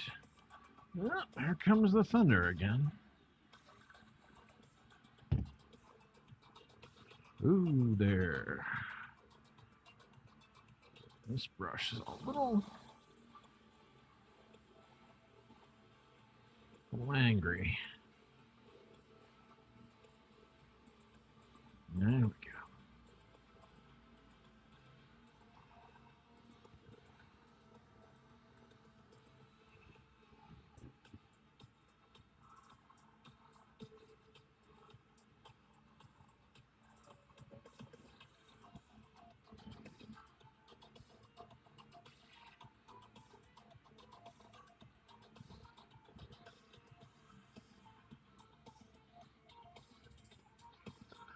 Yeah, it's a difference in the color contrast with the dry clay versus the wet clay. We've also got, rather than pristine sunlight coming through my window behind me, you've got cloud diffused gray gray light. Yeah. Do not adjust your sets.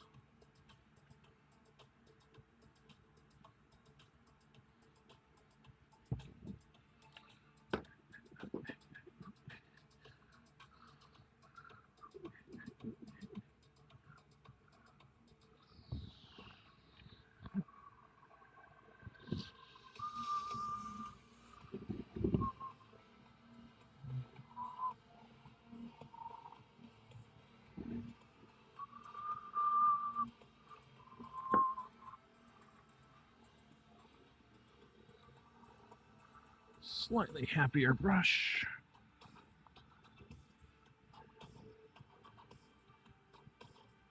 There we go.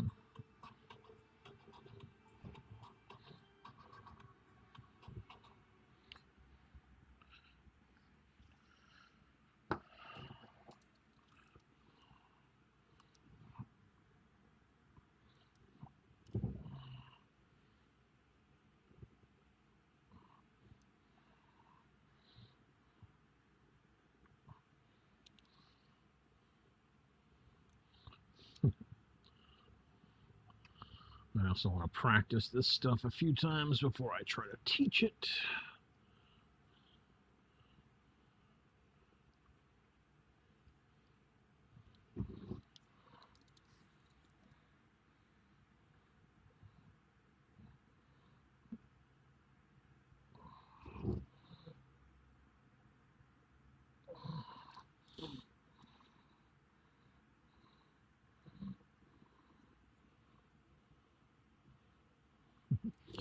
As you should do with anything before you teach it. Make sure you've got it first.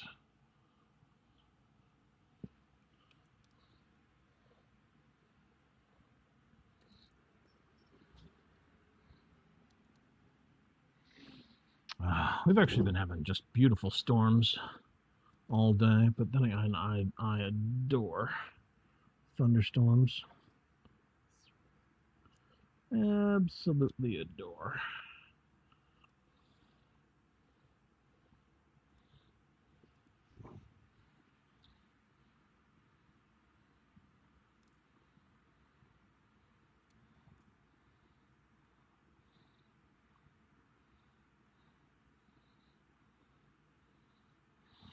Come on now, little birdie.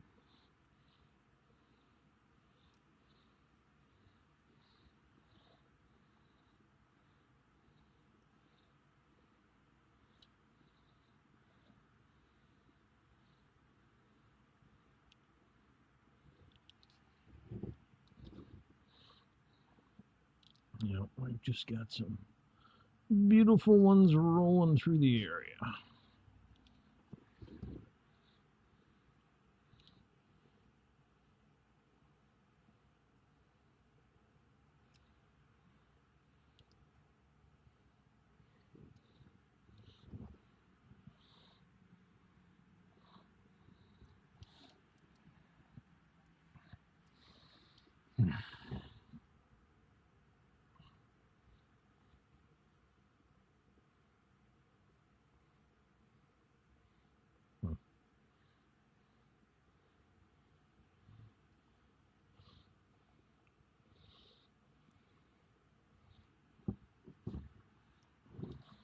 I don't know if I like the separated stem look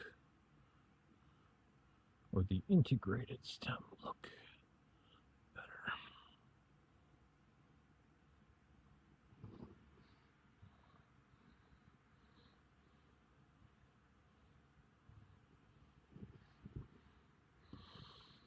Gosh, we'll know in a minute here.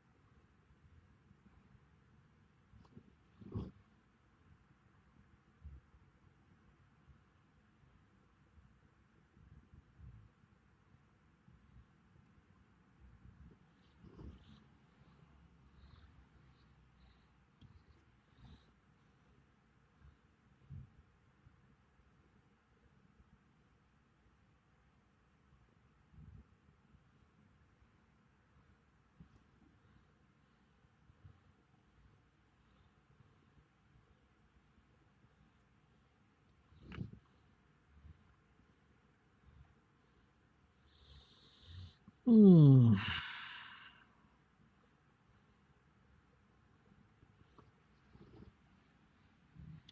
not liking how that's fitting on, but I have a feeling that when we throw dry lock on it, it's not gonna freaking matter.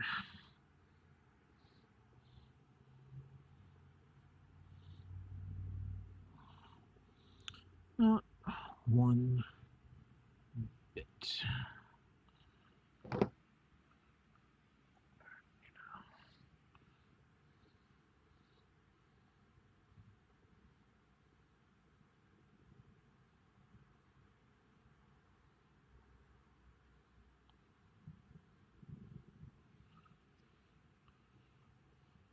Not using the silicone end, just the ass end of a paintbrush.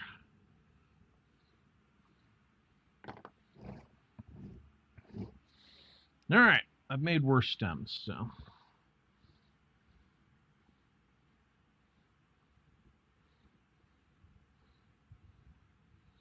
The word of the day is good enough. Probably going to need to perch it. Like, I need to perch. Yeah. What did I hit? What did I hit?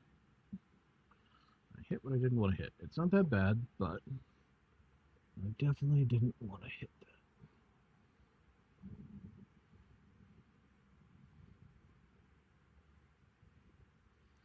We can fix it. We have the technology. All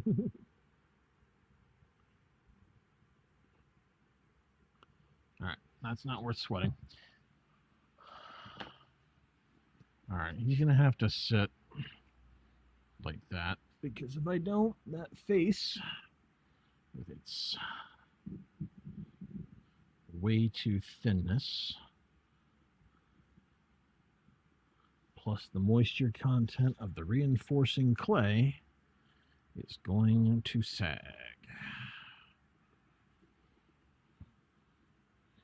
All right, I'm going to throw this guy in a drying spot.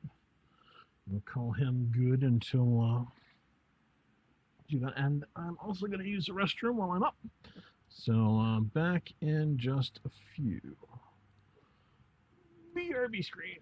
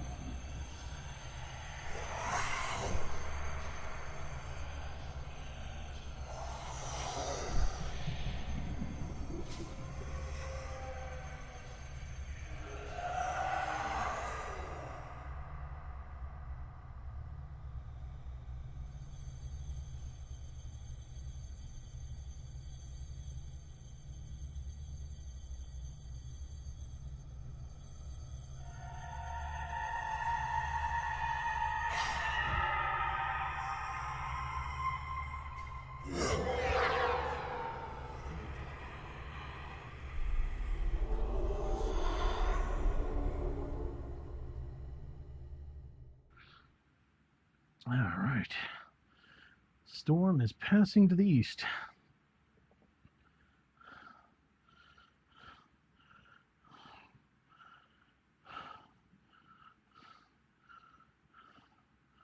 One of those days where I wish I had a tower.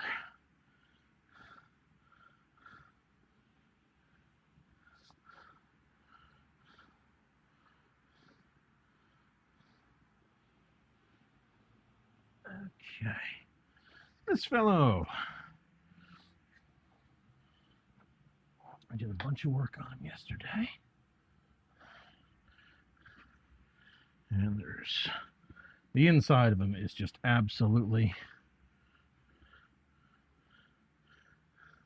it's repaired, which means the clay is all higgledy-piggled.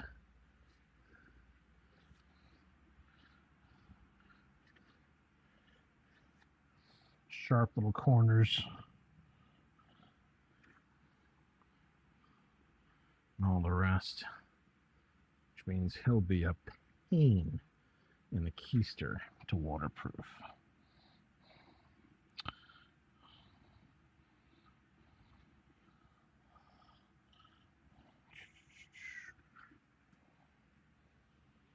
Hey, Madge.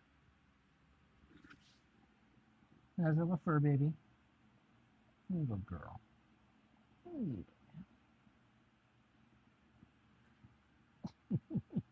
Good girl, sweetheart.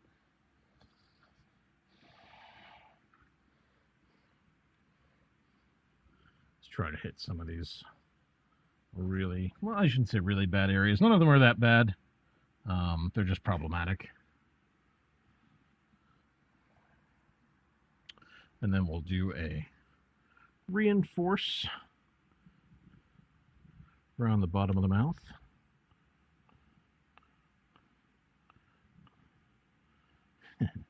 I can't wait to cut the face on the other pumpkin, suffice to say, because it's going to be pristine. All right, let's reinforce.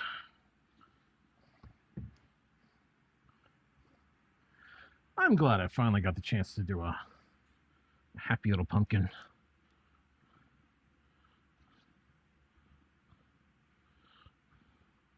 Normally, everybody is always snarly.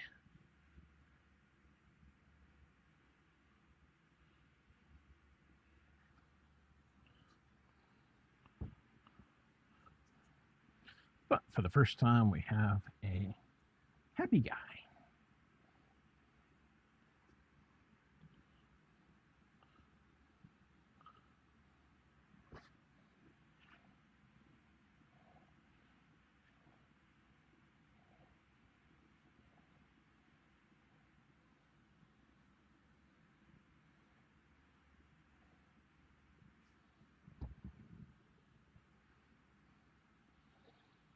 This job should be pretty easy. I just hope we don't have to make too much more clay.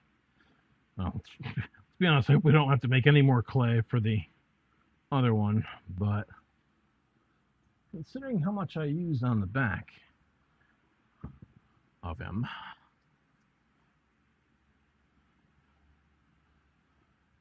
I anticipate that will be that way. I also want to make sure that the YouTube chat isn't screwing up again. So if anybody is watching on YouTube and has a second, just give me like an F in chat or something. Because last time it crapped out on us. I want to make sure that doesn't happen ever again. In fact, last time I boasted that I was going to use Restream. Let's punch Restream up.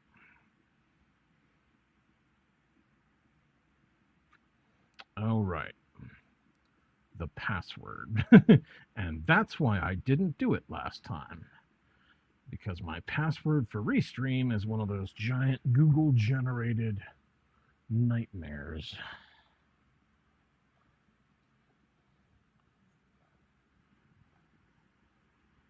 Okay, thanks, David.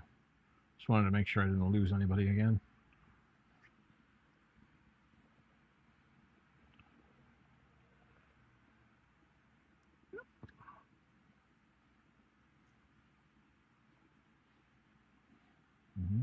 Okay.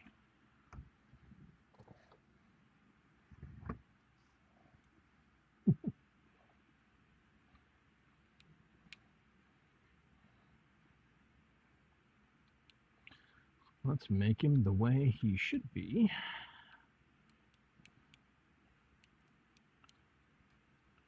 If I hadn't been using him as a bad example.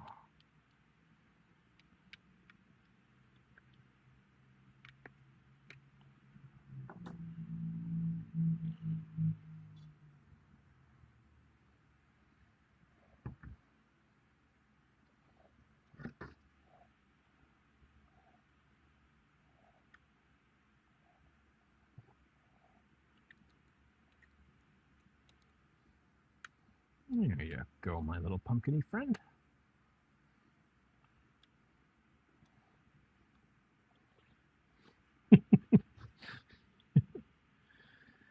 Oh, man, you just know that this whole thing about doing a shell is going to be super badly reiterated.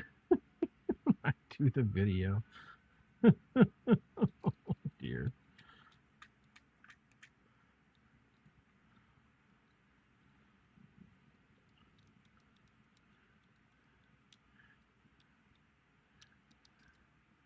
All right, little buddy. There you go. That's how thick you should be.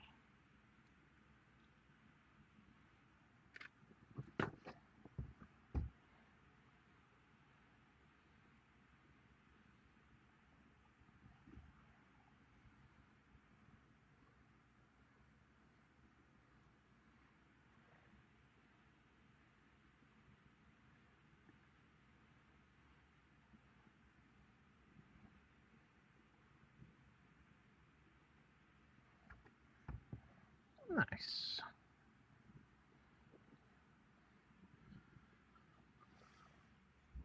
Let's do a quick smooth.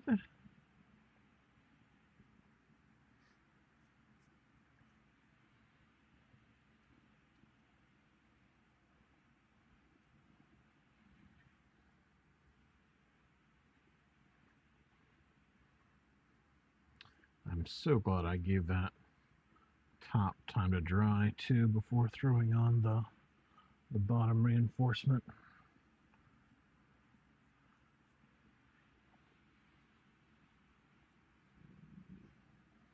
There we go.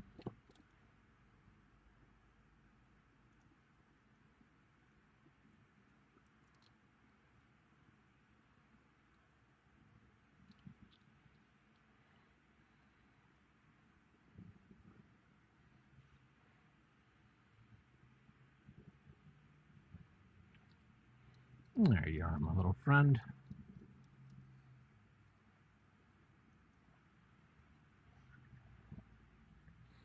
Yeah. Now you look like we did you the right way the first time. Sweet. He's such a happy little guy. Okay, let's do the rest of the stem shelling.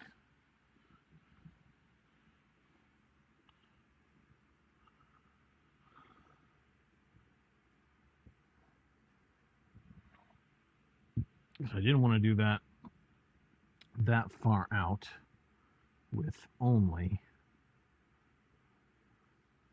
foil.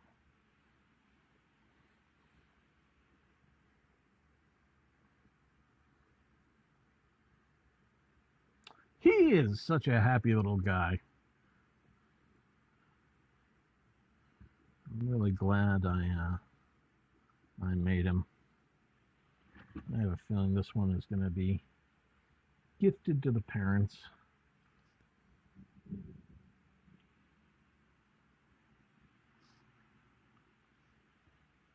Then again, I think I'll probably make another one with a happy little guy face, because this guy is going to get painted by hand.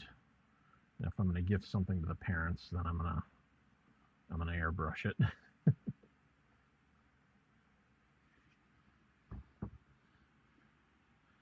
Who knows? Maybe we'll send a lucky trick-or-treater home with it, or I'll do some sort of channel raffle to celebrate however many thousand subscribers I have now.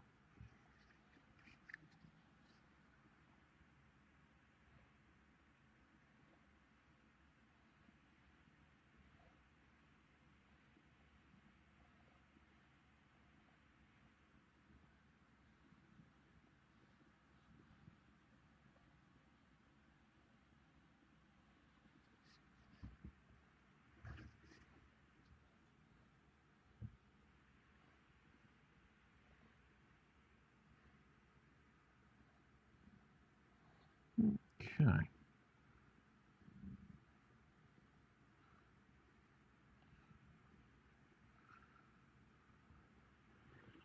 We'll let that firm up on the outer edge, and we'll get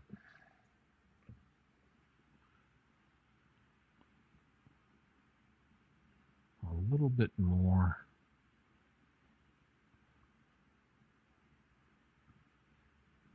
for the core.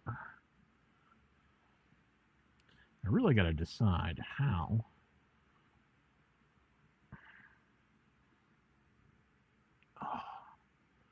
the core gets done.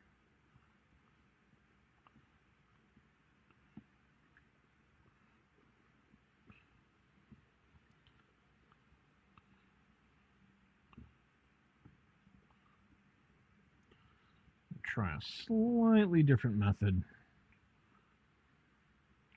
with this. Use a variation of the tooth method.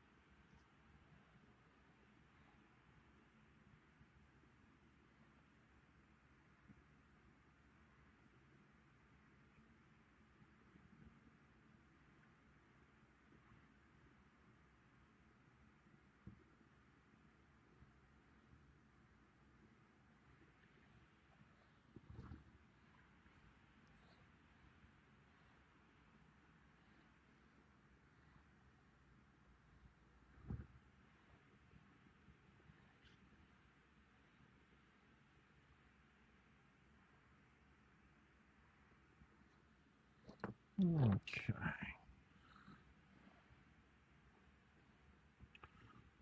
Smoothing.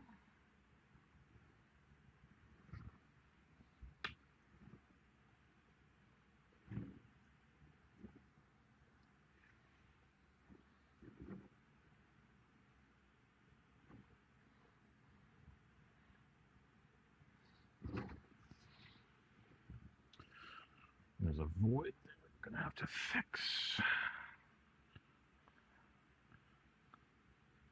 Let's use that to fill in the crack. Good.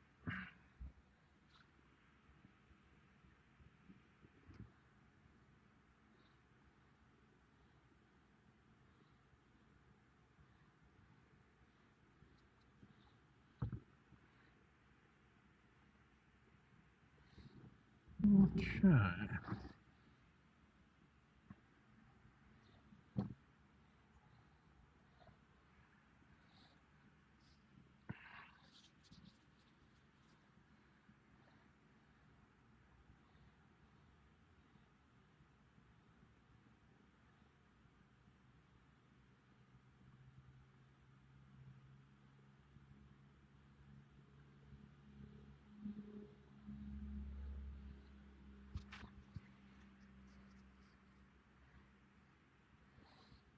Too thin.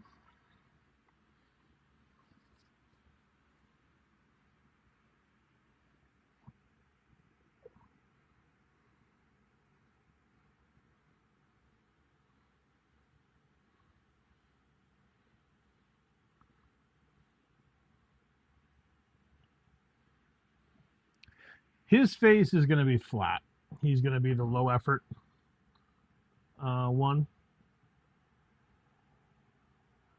because I think that his face is going to have the, or his style is going to have the broadest possible like family appeal for the project.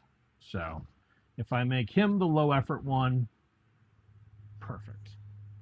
Then people who are going low effort know that, hey, I can make a happy little jack-o'-lantern for X hours into the project. No problem. And then the other ones will be higher effort pieces.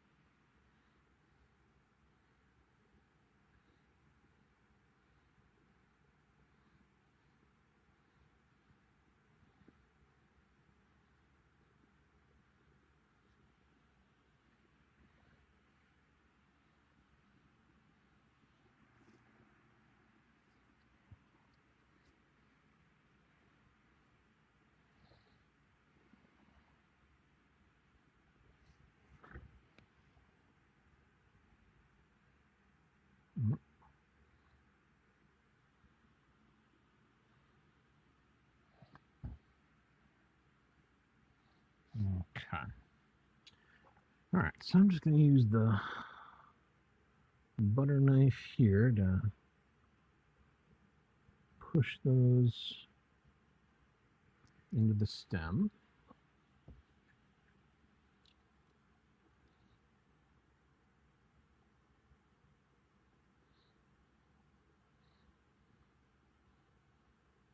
Get a little traction.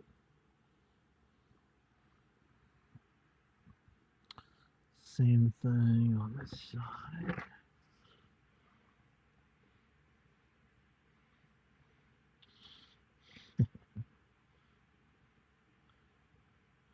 It's also going to be a video, I think, where there's going to be a fine line between doing it fast and doing it well.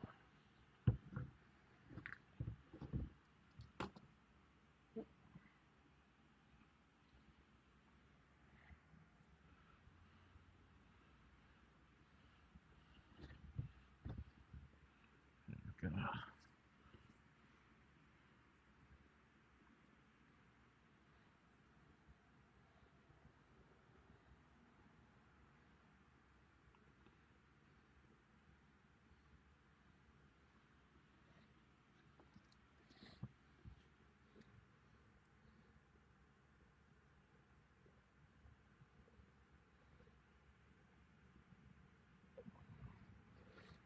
Just remembering that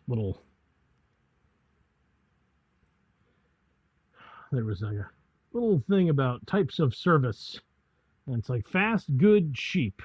Pick any two. It can be cheap and good, but it won't be fast.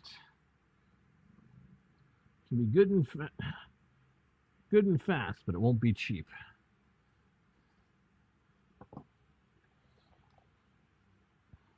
Mm-hmm. Yep, and kids definitely have that tendency. I know I certainly did at that age.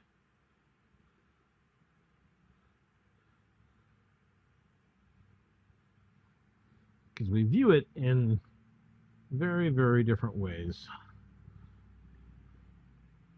I remember that when I was a kid, the thing that I didn't pick up on the lesson, my father had some models. It was like a B-17 bomber, USS Arizona, little Rebel model kits. And little, 10, 11, 12-year-old me wanted to play with the toy. I want to play with the bomber. I want to play with the battleship. Why isn't it together already? So, we slap glue on it, and it looks abysmal because you're rushing and you're not giving the glue time to dry, all that.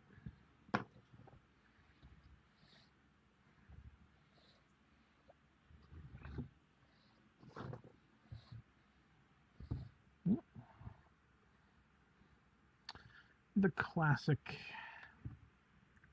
issues of youth.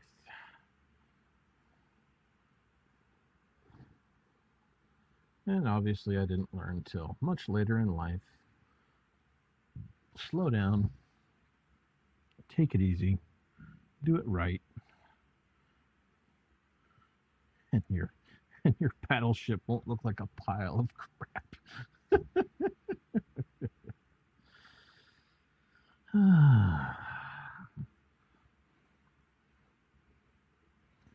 Tell you what, your battleship looks like garbage.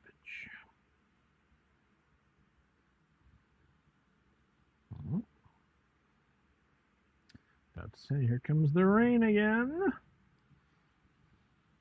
And indeed, here comes the rain again.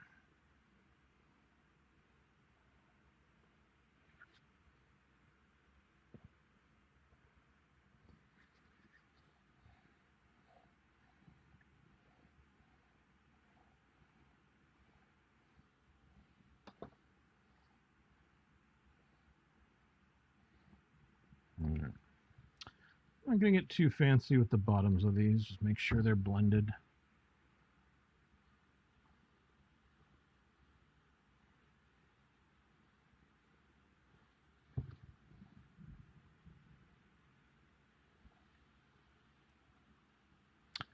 This is paper mache clay. Yes, indeed. This is toilet paper, glue, flour, and the heck else are we using? Drywall joint compound. Yep. And when they're all done, diddly undone, they come out looking a little bit more like this. Although this, quite frankly, is a bad one. Where's a good one? Oh, this one's a better one. A little bit more like this. Yeah. Lots of fun. Lots of fun. I'm very persistent. We keep at it until it looks good, and yeah, I got whole bunches of tutorials on how to make them, and I'm actually filming the tutorial on how to do the first one you ever do right now. And that's what this guy is a part of. Although he was kind of an example of what not to do, and I've had to do a little bit of repair.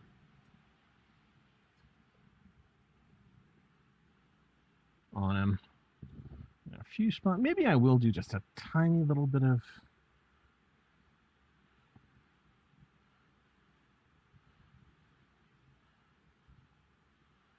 accenting. I don't know. We'll see. All right. So he is all set. Fantastic. Yeah, look for the version 2 for the slightly more fancy ones, and the how to make your first one will be out in whenever I get done filming it, and I imagine that'll probably be early September when all the filming is set. Because actually, I'm about to start filming the next section of that right now. I should probably be a little careful, and I may put... I don't want to put the battery in the camera because it heats up too much. We have a conundrum. But one way or another, I'm going to put this guy in the drying space back in just a second. Samhain the cat, what are you up to, my fuzzy friend? Good boy.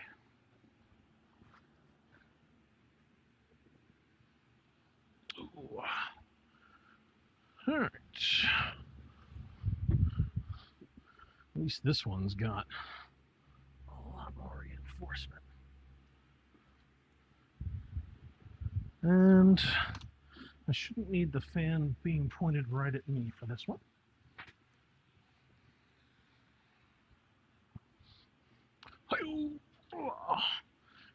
And I got there. Yipe. Ha ha. Hey, Lily, how we doing? Stop eating the cat now. Oh, it's beautiful outside.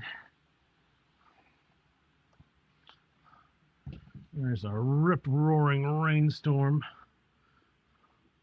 coming in, and I love it.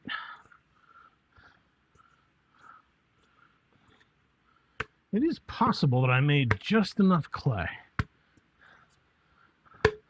This is just a hobby, Filippo. Just a hobby. I am a science teacher by trade and a Halloween enthusiast by predilection. I'm fantastic. Absolutely fantastic. And this did exactly what I wanted it to. Two-side drying. Nice, thick, reinforced. Oh, God, I love it.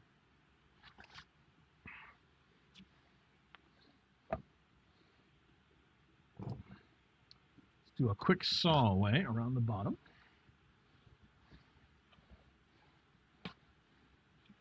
Woohoo!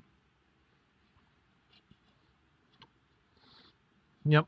And these are the small little 12-inch beach ball ones.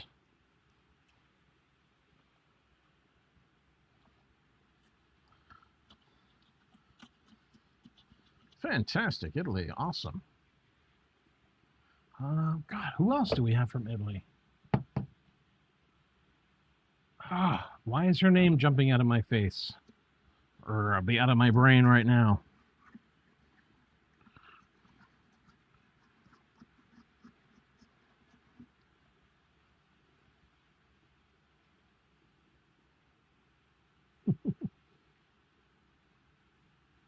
There's several folks from Italy. Right now, Fran is jumping into my head from France. Where's Francesca? All right. So here's our boy. Let's plug in the camera. Echo, read notification.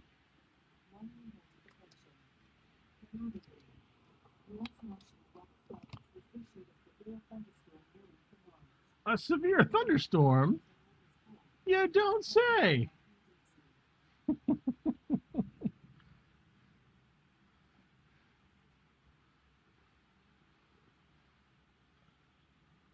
Whoever would have thought that there was a severe thunderstorm going?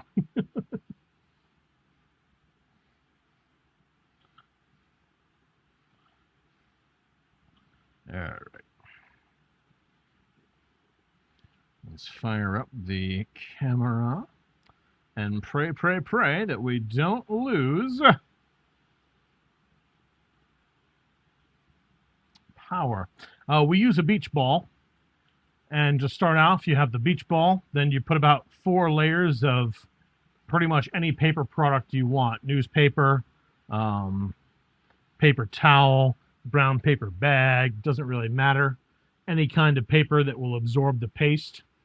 Once you've got that, as I think you can probably see here, yep, the newsprint in between the things here. On these ones, I only use about 4 layers of newsprint. And then I put a paper clay shell onto it, maybe 3 millimeters thick. And then on top of that, we put the rest of it, and we texture it to look vaguely pumpkin-like.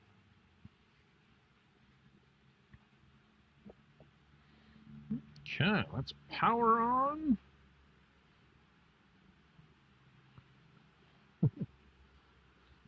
Yeah, lots of fun. And it's pretty quick. I mean, this clock here is the timer for exactly how long it's taken me to do this minus mixing time. And this one, I'm only about 2 hours and 18 minutes into it. And some of that was just time I took talking to the camera. And if you make a bunch of them at once, the time economy is even better.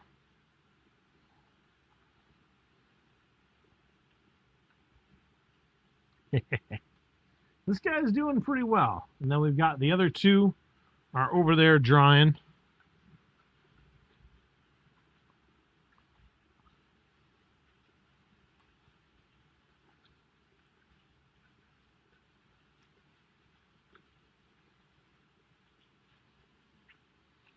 And I get to play like a kindergartner here and pick this stuff out. Yeah, fantastic. They're a lot of fun. And other projects you can do, we have the witch bottles and witch orbs. Where's my grabby thing? Yeah, there's the grabby thing. And that uses the method of cotton and wood stain. Yep.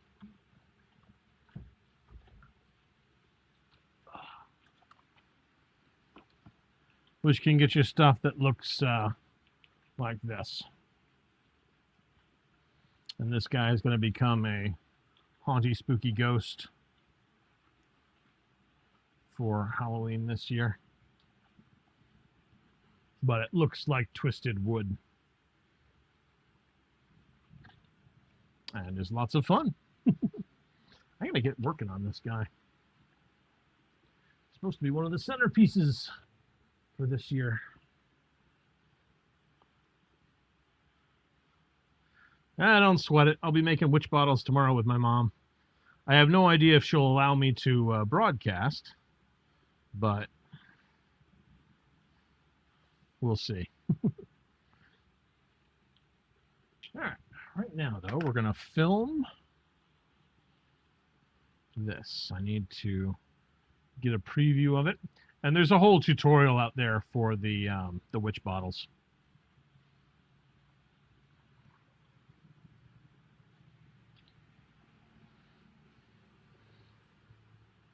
I might try a different style of witch bottle tomorrow. And I definitely would like to get some more of the bleached cotton balls. I like the cotton that I've got, but I think the clean cotton is so much better.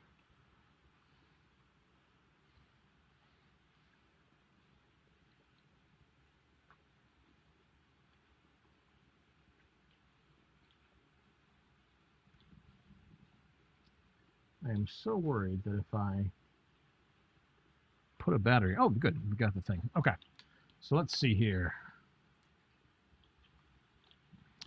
There's our camera. It's got to be not on me. A little more up. And if I'm working on it here, I can be showing it there. The lighting on it is pretty good.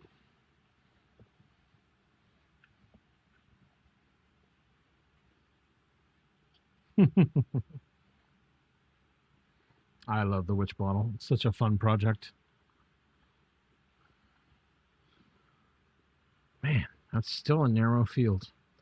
I can hardly believe it. All right, I gotta stop picking at this stuff. It's like being a kindergartner again.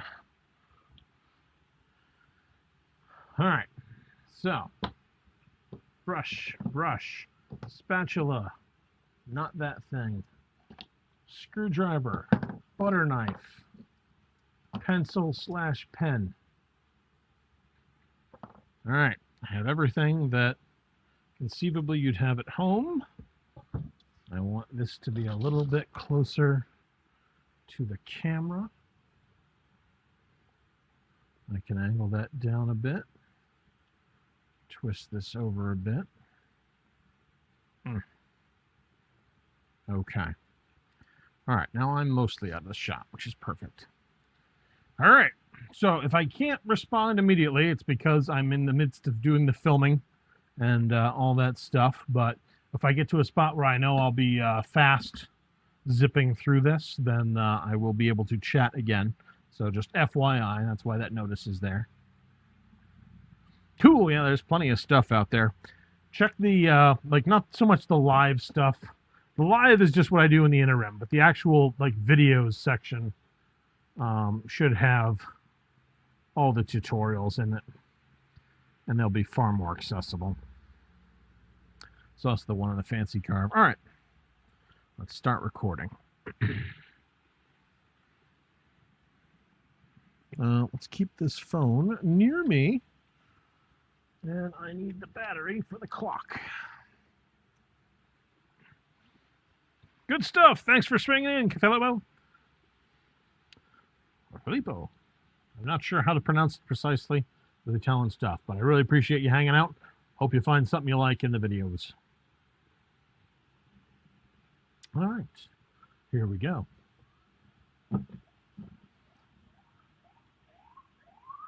We're going to wait till this siren goes by. Good. And we're going to pet this kitty cat. Hi. Wow. Wow. You know I'm recording right now, Fuzzball. Wow.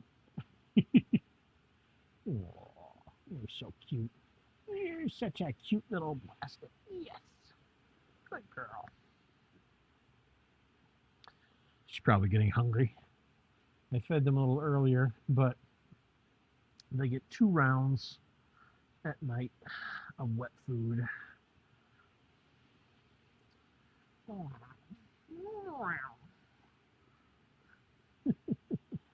Good kitty. All right. So here we go. All right, we are back, and we've got the rest of the pumpkin. Yesterday, we did the backside. In fact, for me, it's 2 days ago, but it's all been textured, it's all pretty smooth, and it's all in pretty darn good shape, and it's nice, thick, and sturdy. So that's what I love. Some of the other pumpkins that I have been doing for this video have not been so thick because I didn't put on that shell for them.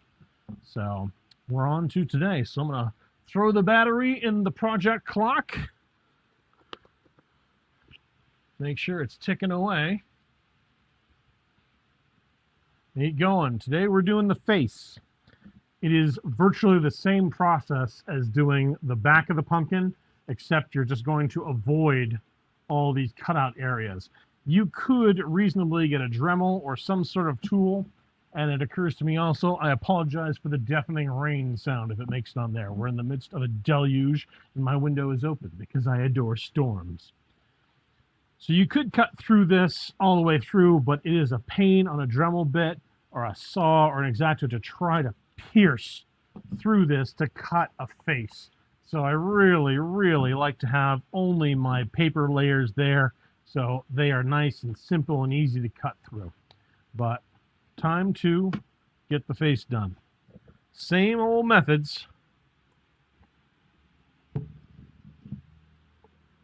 We're just going to grab a wad of clay here.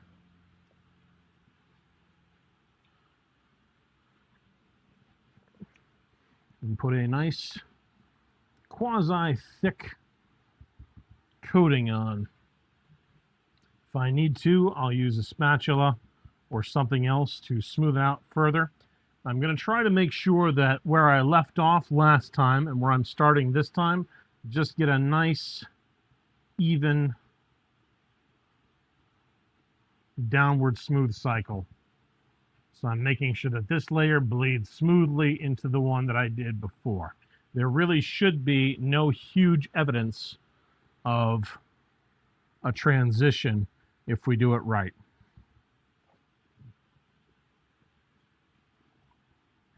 And as you can see, I am going around all the facial bits here.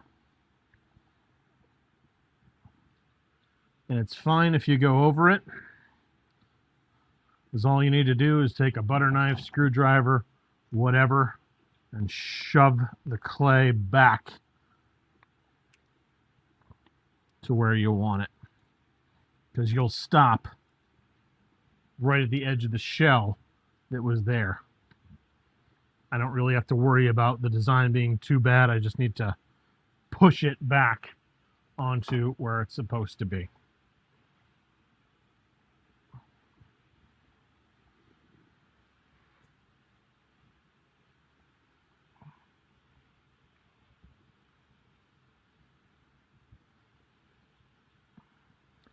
At this point in the video, I'll probably be on fast motion, so I'm good to yak and chat for a bit. Unless I hit a really teachable moment.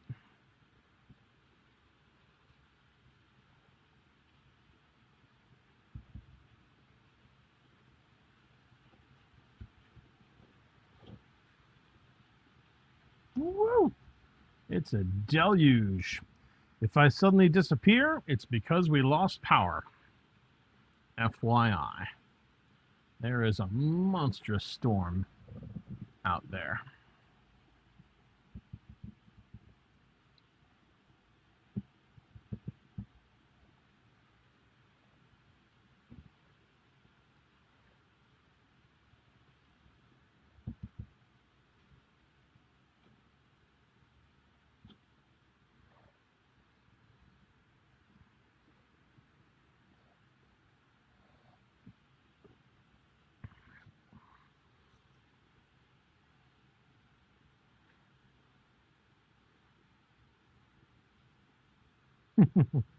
Yep, monstrous storm, good. Loss of power, not so good.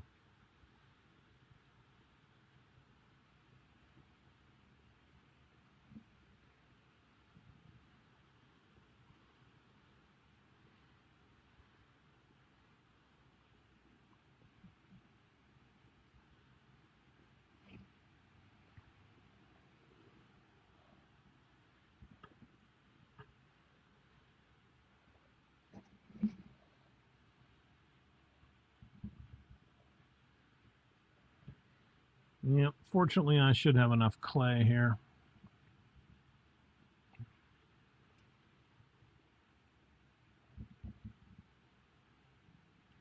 Definitely if I keep just splashing it on the way I am.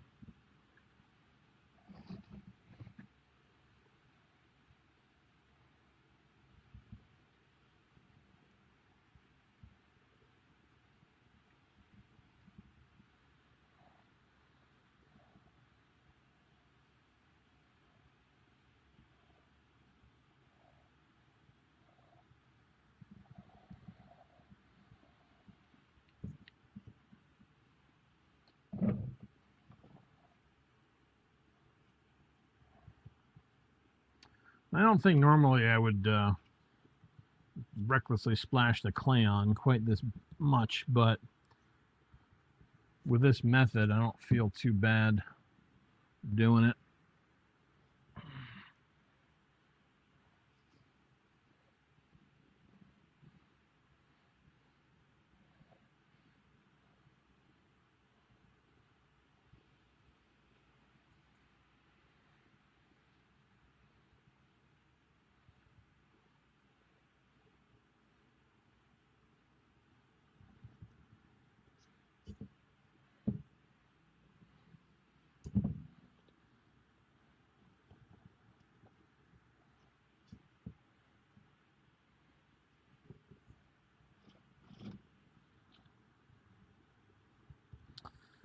And with the shell on it,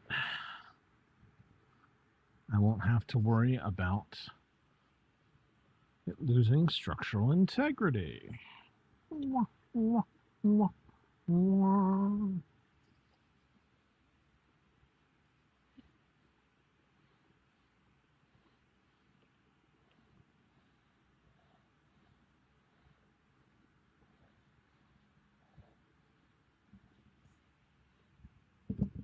All right, I'm almost out of clay, which is fine.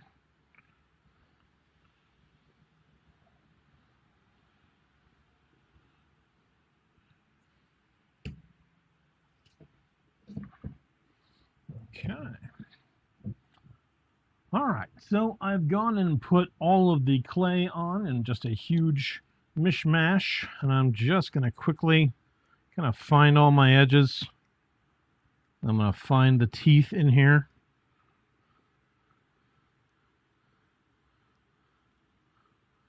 And again, if you use any kind of a butter knife or something, you can also just pull clay out of areas where you don't really need that much.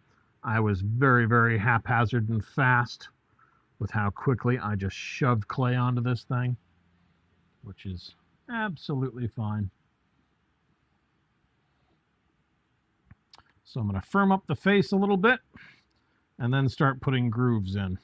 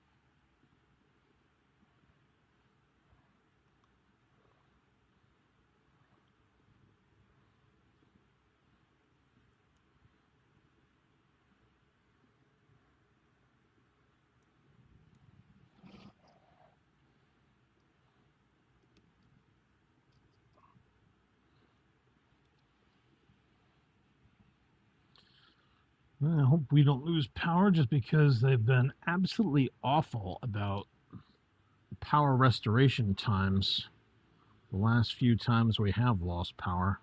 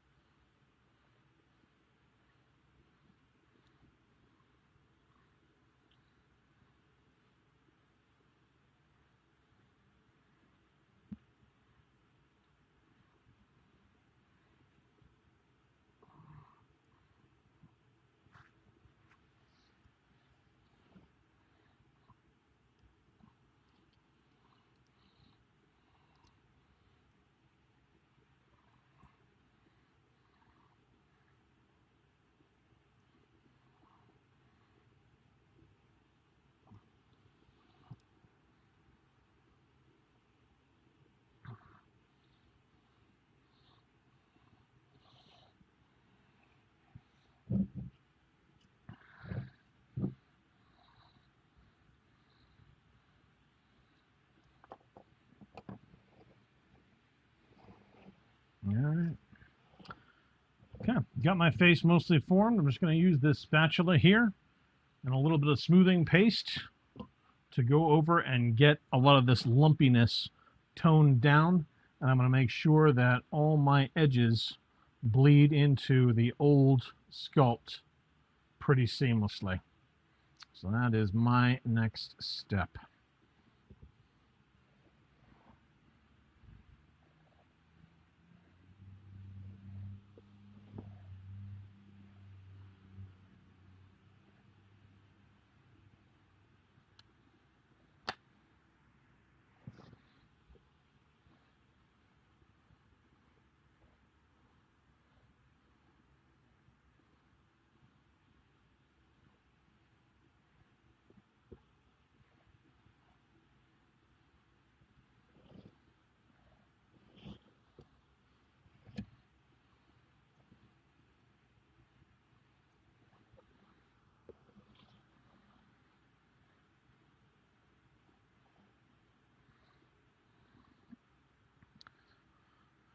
Don't forget in this step, you're really not looking for perfection, because just about every last bit of stuff that's really unsightly is going to get completely fixed when we smooth it down as we make our grooves. So don't go nuts trying to make things completely perfect here. Just get it sort of, so, okay, tolerable. This is far from finalization.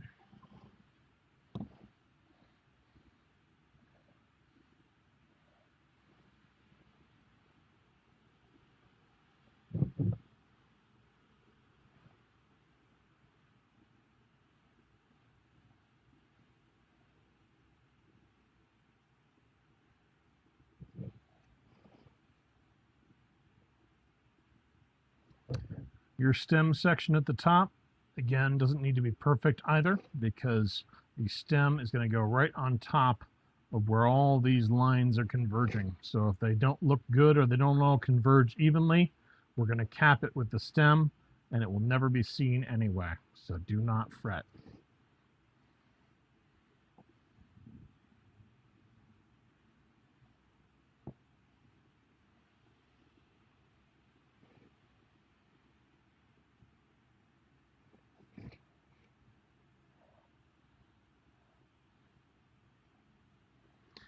I am going to make sure that the bottom is pretty sturdy, because I know at some point this is going to be put down on a piece of deck, a piece of concrete, something. So I want to make sure I'm not balancing this on like a hair's edge. And later on, if you don't like how thin things are down here, then you can come back and reinforce it with a little bit more clay. But otherwise, I've got my face very, very much roughed out. It's fine. And now it's time to put the grooves in the exact same way that we did on the back. Grab your string, yarn, cord, whatever you need. And we're just going to put some guidelines in from the top of the head right on down to where the beach ball would be if it was in there. And this will make us some nice polar lines.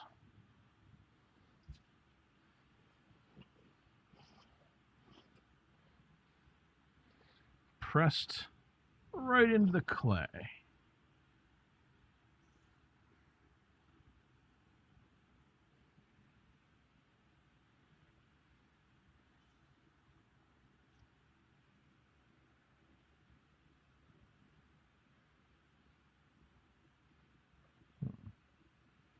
I like that better.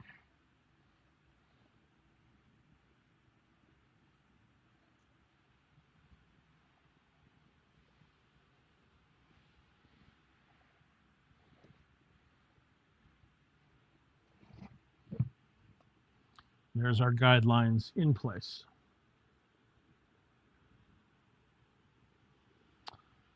And as we did on the back, Take your object with a point, be it a paintbrush, pencil, pen, whatever, and we're going to deepen the snot out of these major grooves.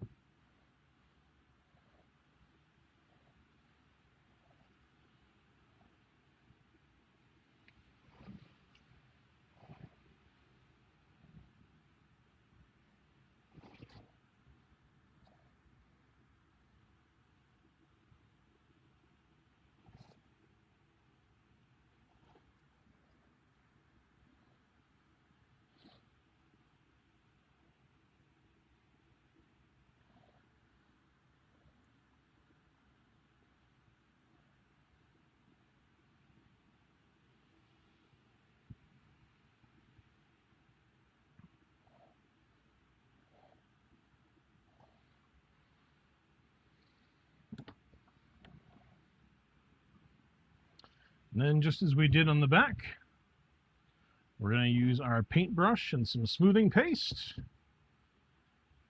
Take the long, narrow edge, the knife edge of the paintbrush, and run it down through our major grooves here. Give them a little bit of a spread, and then we're just going to paint the edges. Blend them back down and in. I'm also going to take this opportunity to paint the rest, any other ugly areas that I don't like how it looks, and give it a little smooth down as I go.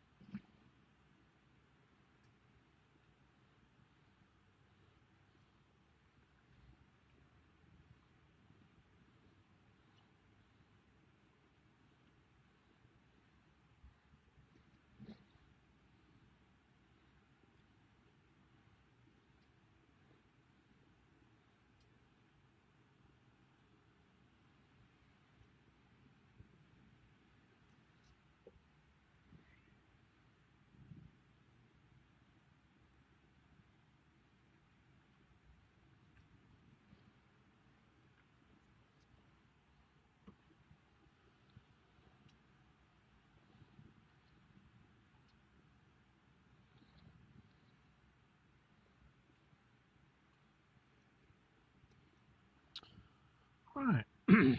All my major grooves are in place, including the one I just messed up there with my paintbrush, which will just smooth back into position.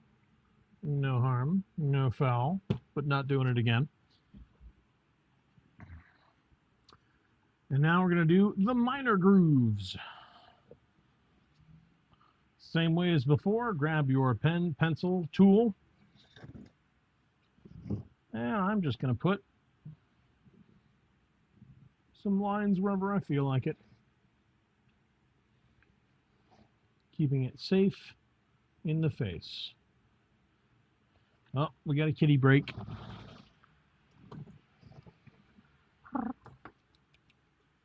Hi.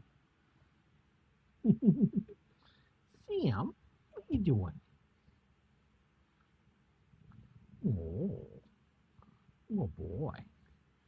Are you being curious? Are you being a curious cat?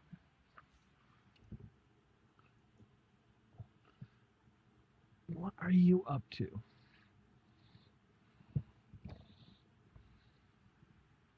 Hi.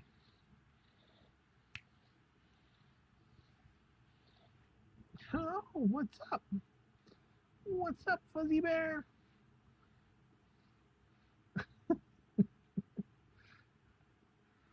Wow. Wow. Oh, hi. Hello. How are you? You on your way out?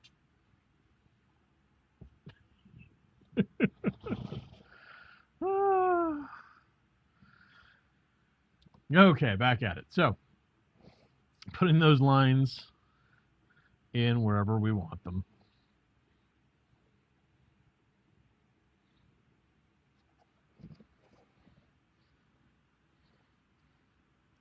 The one trouble you can have with pencils is sometimes they will start to accumulate gook on the wood and occasionally need to be just washed off to be better sculpting tools.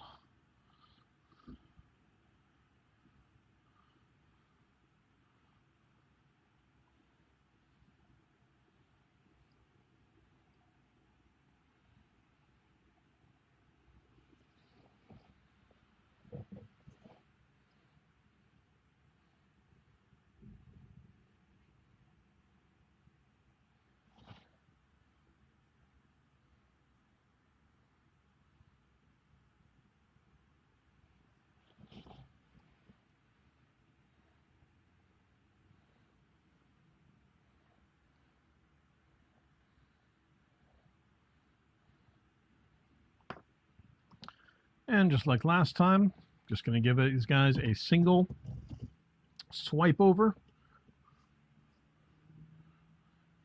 Well, a couple swipe overs.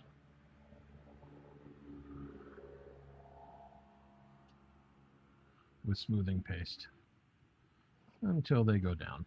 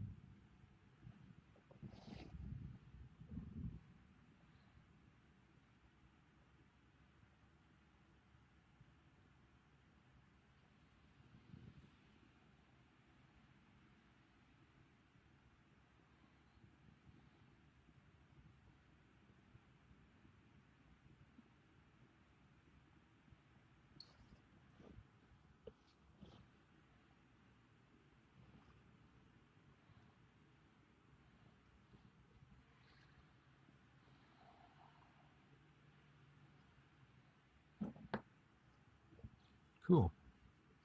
And there's our face with its grooves. Obviously, at this point, the issue that we've got is that everything that's supposed to be fine detail of a pumpkin carve on this is all kind of lumpity bumpity and in rough shape. Here is where you're just going to grab the tool of your choice, butter knife, screwdriver, whatever,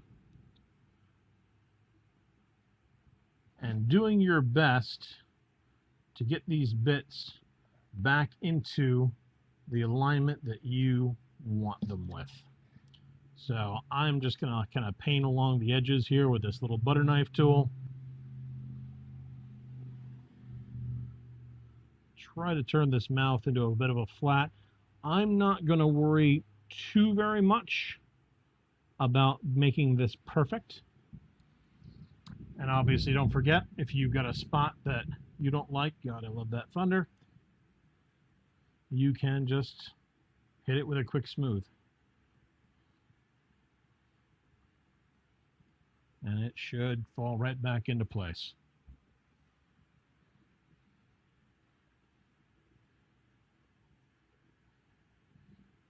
You can also start thinking at this point about any other sculpts you might want. Like I have the edge of my guy's smile here. I kind of want that to be a little bit of a crease on its own. So I'm just going to put a mark there. And here is where you can really just have some fun. Remember, it's your face on your pumpkin. Put smooth areas where you want. Put rough areas where you want. Beautiful. I am going to be having a wonderful afternoon. Have yourself some sculpting fun and make your pumpkin yours. If you screw up, smooth it back in place. That's what the paste is for. I'm going to rock this, and then I'll show you what I came up with towards the end.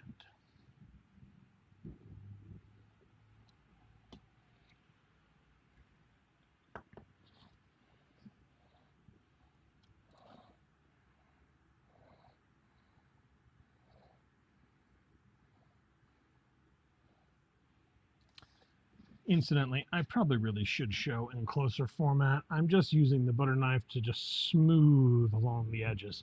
So I'm just moving it like I would, quite frankly, butter, to just pat those down into a flat surface rather than the rumbly bumply bit that they've got. And that's how I'm going to be handling most of the edges.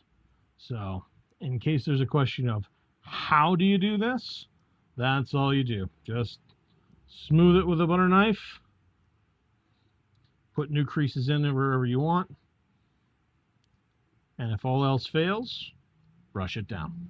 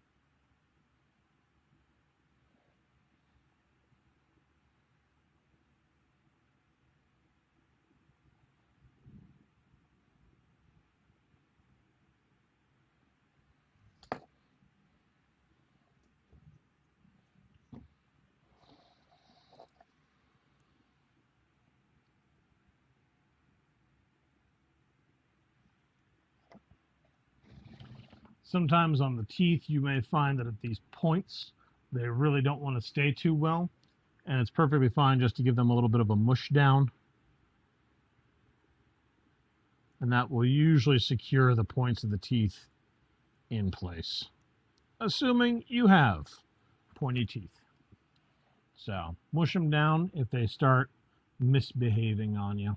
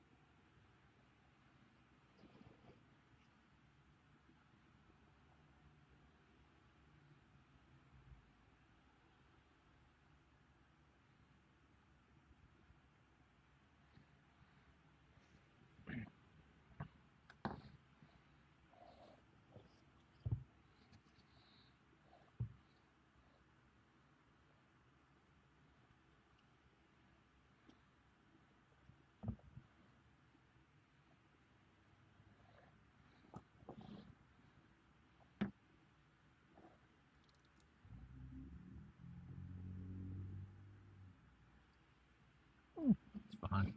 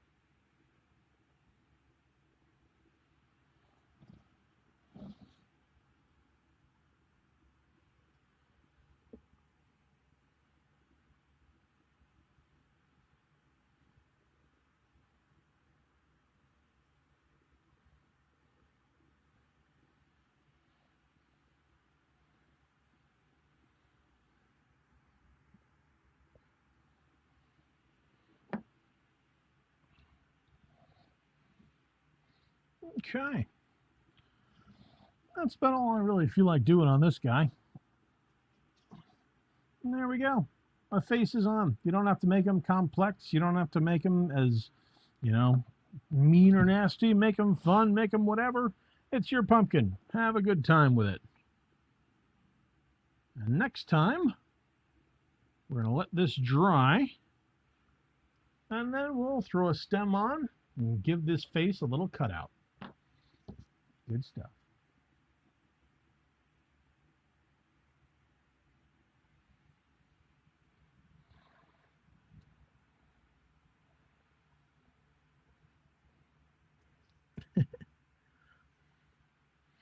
All right.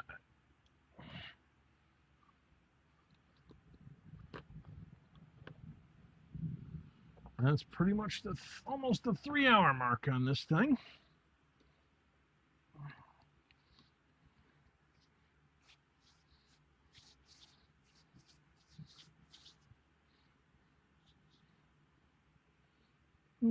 Yeah. I think it'll make a good My First Pumpkin hit. Just gonna throw this thing in front of the drawing, and I'm trying not to overdo things right now because there's really no point. This guy here is gonna get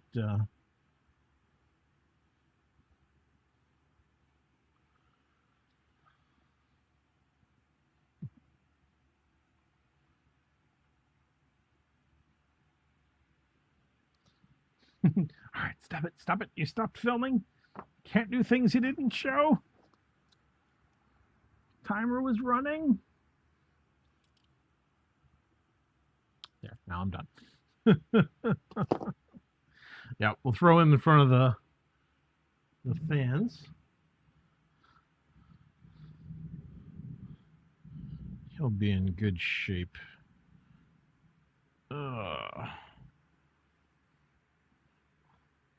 I'll try to pull some of those other backs and move those witch candles closer.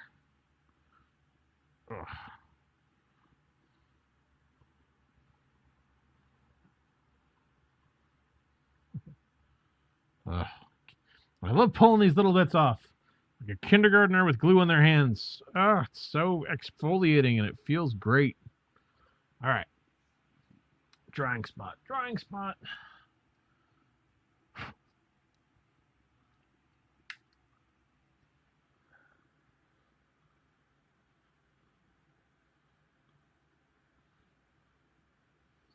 Ugh. If I ever need exfoliation, just cover my skin with glue, let it harden, and then give it a peel off. Take all that stuff with it. All right. Yeah, these edges are fine. I didn't really chuck them that well. There's a bit of a dip right there, but I'm going to leave it because there should always be flaws.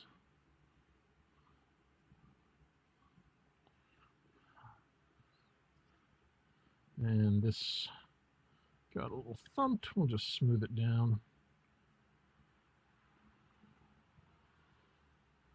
Yep. Leave some flaws there. Leave some flaws. All right, drying spot.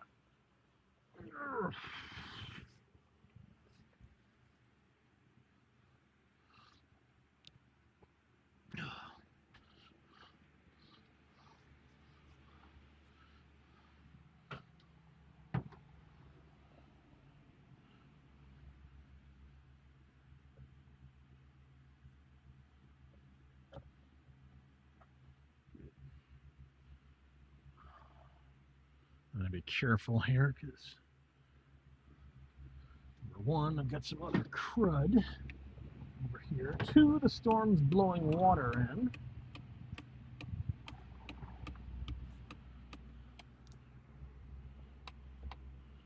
And three, I want to move the witch candles over here too. See how bad the Ah, this guy's right in front of the window. He's fine.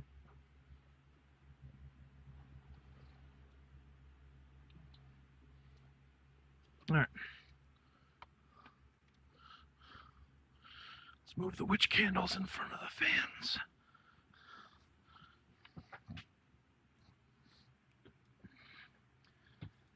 Ever so carefully.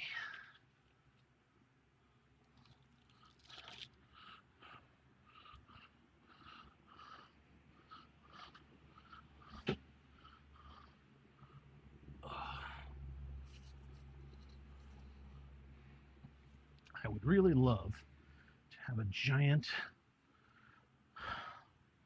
heat chamber set up. Make some insulation, a couple of heat lamps inside.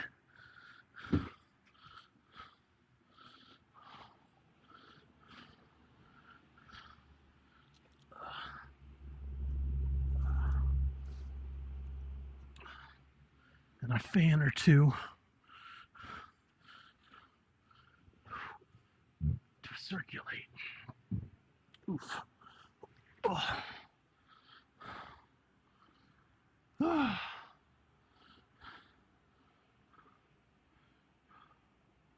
And we'll check and see if there's anything else we can, I mean, not necessarily even get done, but work on today. I've got to do that ghosty boy's eyes. I've got to get going on getting him mounted to his motor.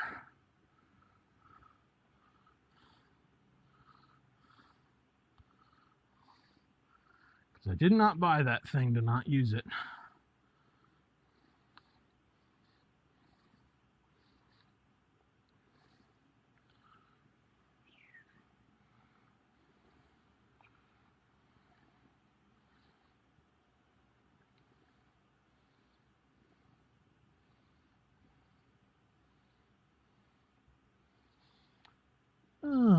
Stupid glue hands.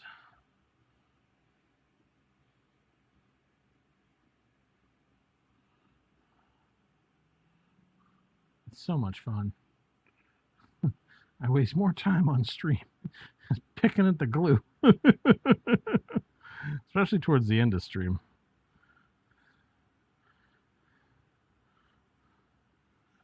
All right. Echo, what time is it? It's 6:51 p.m. All right. Plenty of time until Baldur's Gate 3. Oh, God, the thunder. The beautiful, beautiful thunder.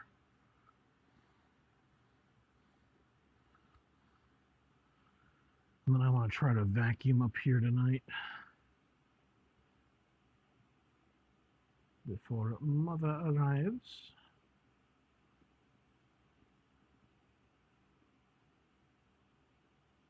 I want to urethane that stone. I'm probably going to do that in a second here. So I finish picking. Picking glue, picking glue. Well, I was screwing around. Baldur's Gate 3 released. I haven't really played a whole lot of Baldur's Gate. I watched snatches of the intro cinematic, thought, yeah, looks kind of cool. And like a bunch of people all, everybody's talking about it. All right, fine. I'll take a look. Meh.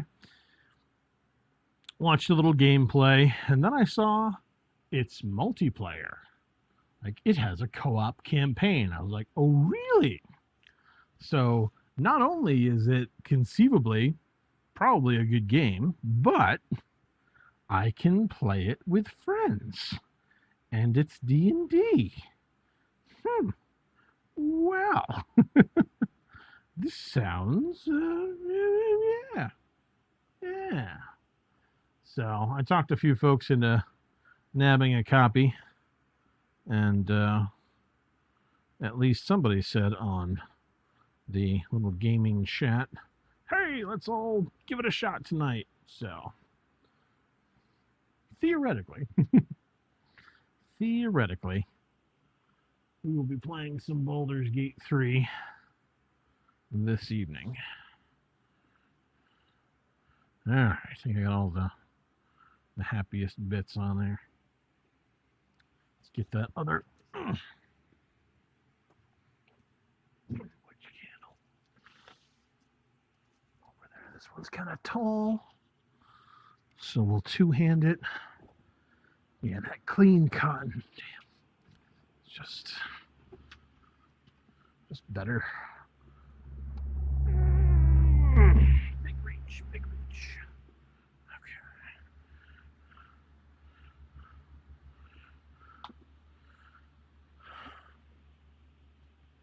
All right, everything's in the drying zone.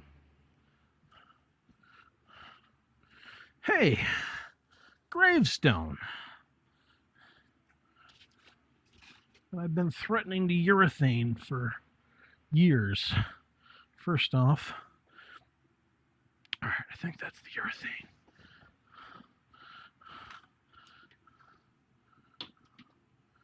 Yes, yes it is.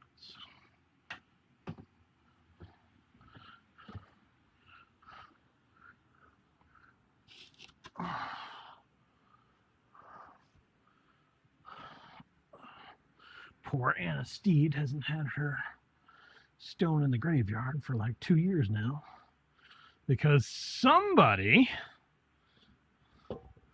hasn't gotten it urethaned. Don't know who, but someone is to blame for this crime.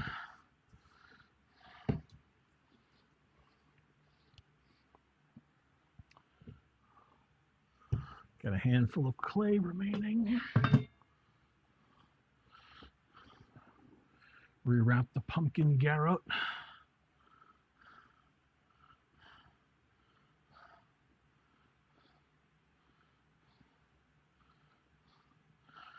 I think that'll actually be another message that I'll have to throw on that video, is to have people not go crazy their first time out. Because we'll throw a stem on that guy, and then we'll break into the three levels of effort.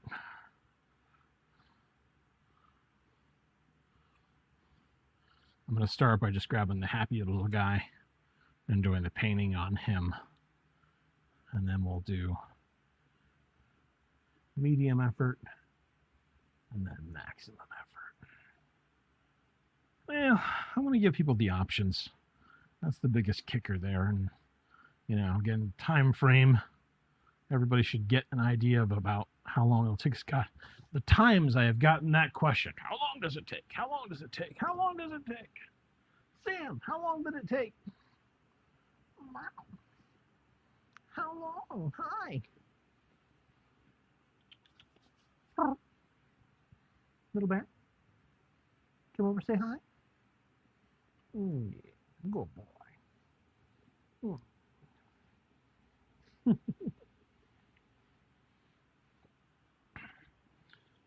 Oh, big old pumpkin sitting annoyingly behind me.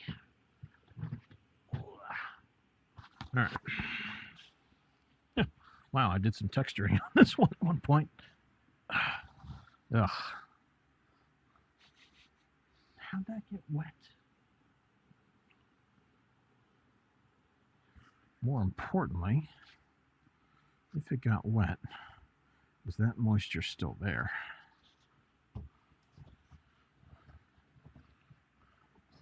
So I don't want wet spots on the floor.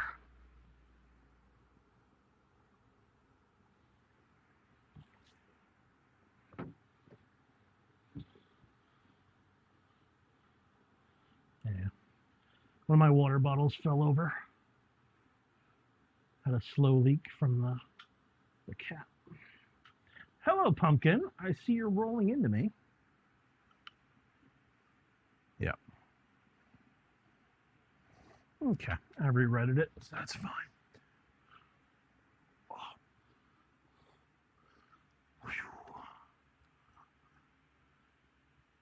Yeah.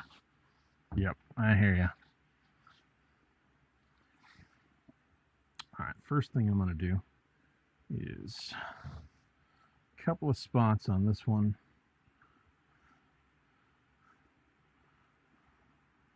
The bottom of the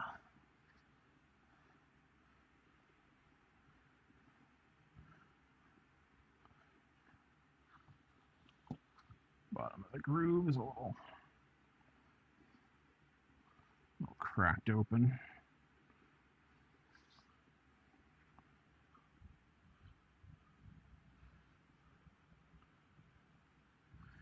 I hope lots of people go for the Happy Pumpkin. I want to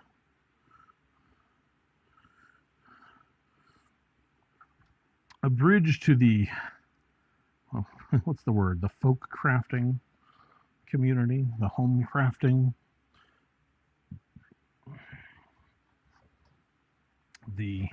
this looks like a cute little project for Halloween community.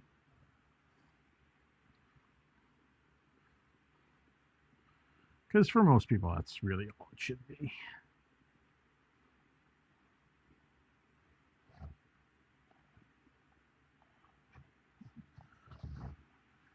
Not everybody is as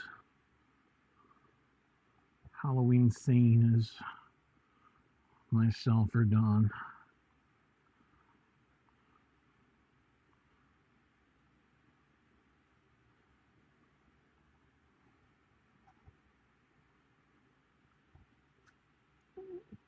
Yeah, the Martha Stewart talks. That's fine.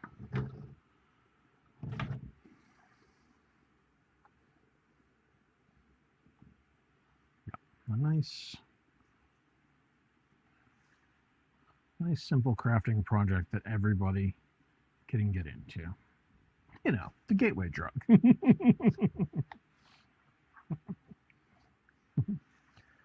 that pumpkin? That was a lot of fun. Wonder what else he has. Ooh, a witch bottle. Ooh, that looks like a fun project. Yes, yes. Come to me, my Prissy.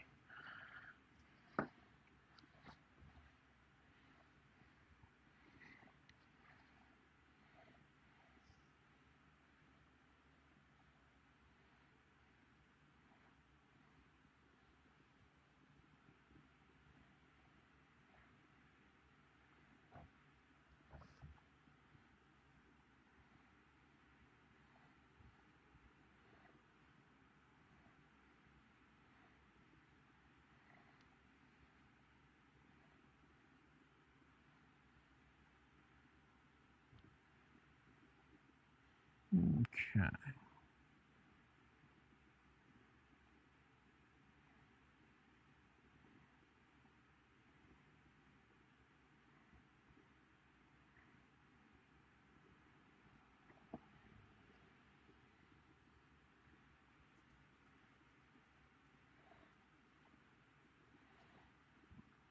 All right, good little cracks fixed.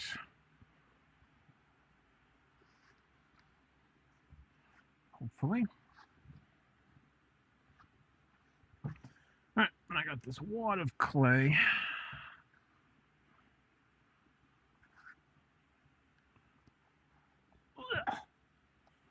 This guy is huge.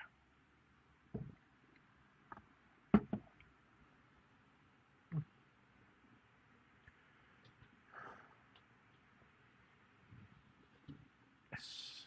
It's like, please let there be a bowl. Please let there be a bowl. Right, before you know it, we're all building pumpkin sentinels, and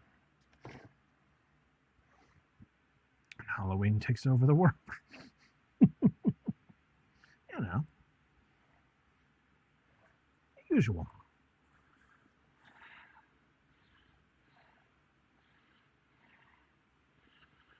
Oh, all right. Back to advanced pumpkineering.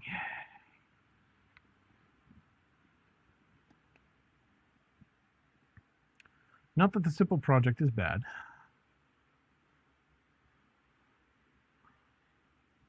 Meow. I heard a meow. I bet Sam's tormenting Majesty again. So it's about that time of day when they do that.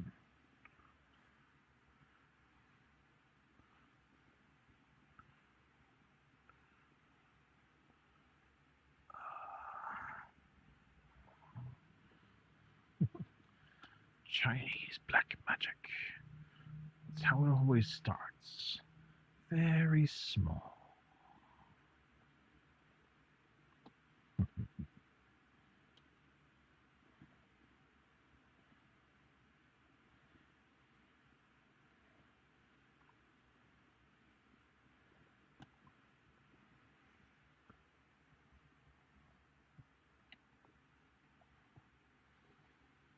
Hmm.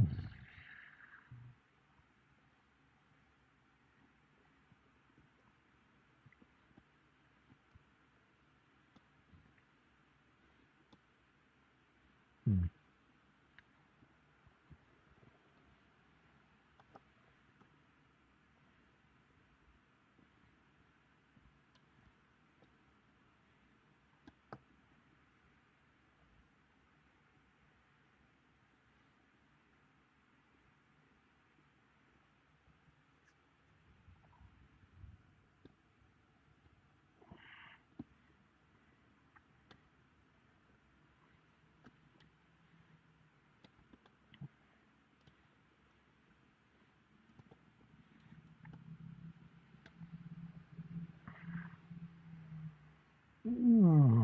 Then we'll start doing the hyper layering.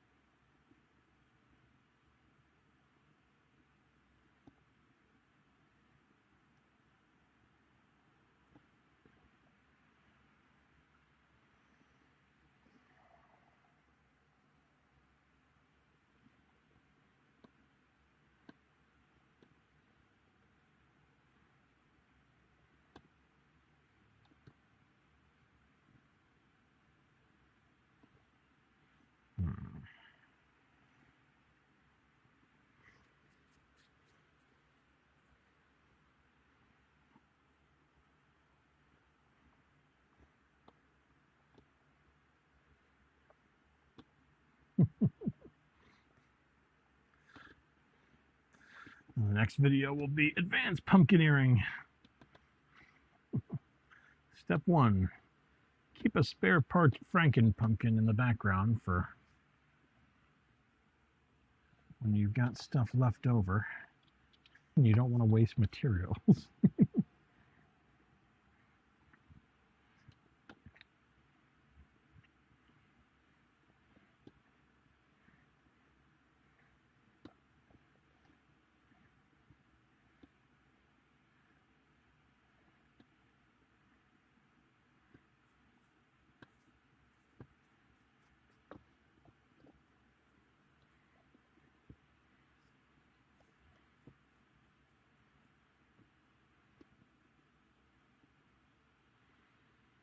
There we go.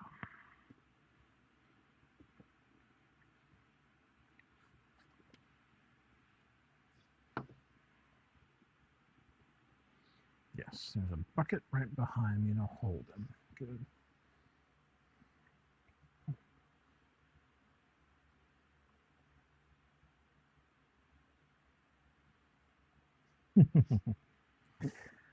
I really like the look of unhinged stuff generally.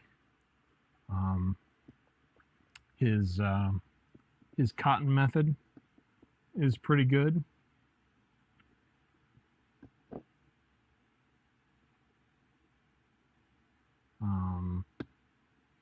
I just don't like that, you know, paint a layer of cotton on, paint a layer of cotton on, paint a layer of cotton on style. I think you can get the same thing done with clay. I should be able to just put this in this 5-gallon bucket and hopefully that will. Yeah, that's fine. Whew. Yeah, his stuff is a-okay as far as I'm concerned. And again, there's very few. I don't know. There's a fine line between the honest opinion and supporting,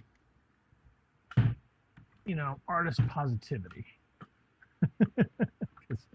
There was, I distinctly remember, I can't remember which of the YouTube groups it was,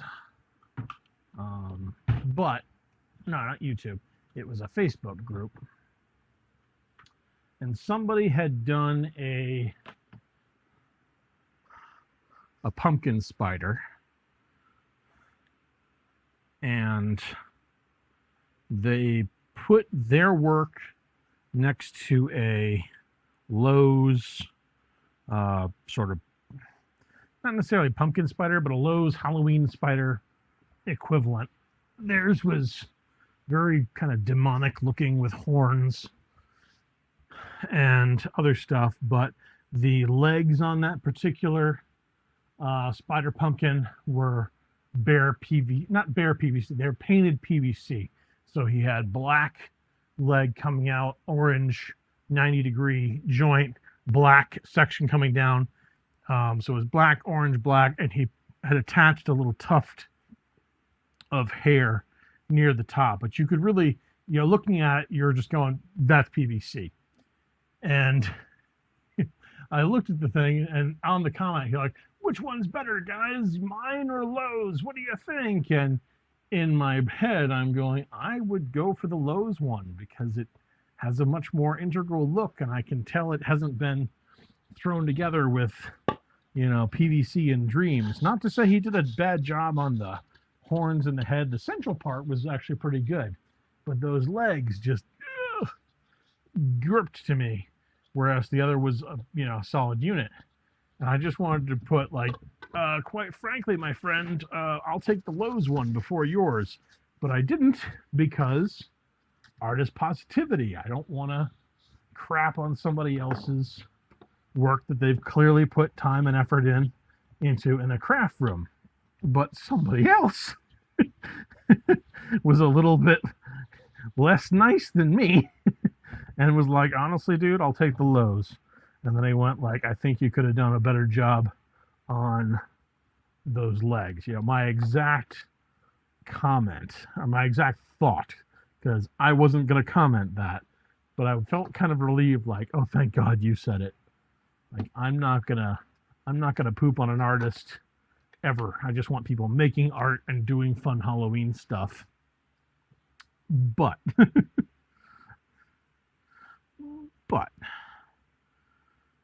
yeah. So I tend to keep my mouth shut when if I see good stuff. It's always, yeah, good job. I like this particular thing about it. But the other stuff, it's like, what do you think of this? I'm like, I think it looks like dog crap. But I'm going to keep that thought to myself because that's not what I'm about. I want you to just keep making stuff. Whether it's, in my opinion, dog crap or not, that's immaterial.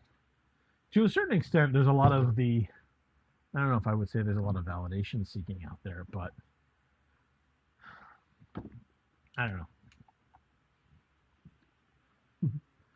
I saw that thing. I was relieved that somebody else said it looked like crap. Because I wasn't going to say it, but I was thinking it pretty hard.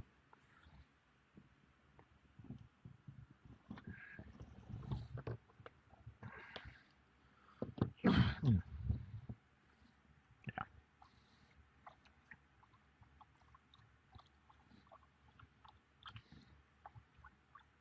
So, in the end,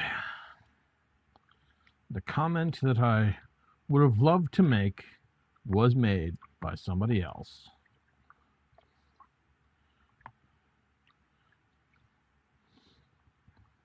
Now, it's also a little bit rough if you want genuine feedback. Hey, Rich, welcome back. They have what you were looking for, I hope.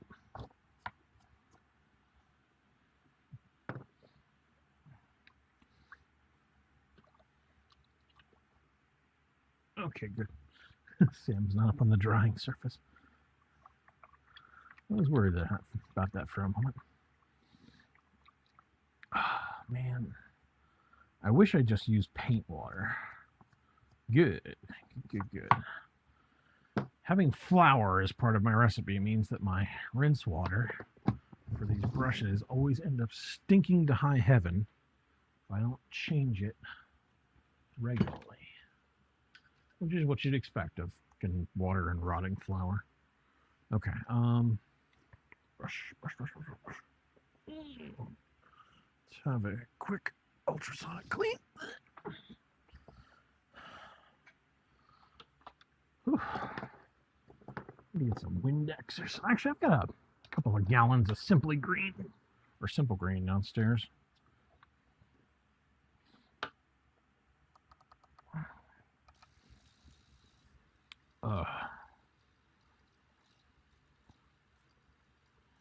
Because I want to use that brush for the urethane, but I don't want to have it be a dirty brush with the urethane. As cleaned off as I can get. And we should probably clean off that tool as well. And as long as I'm running the gizmo.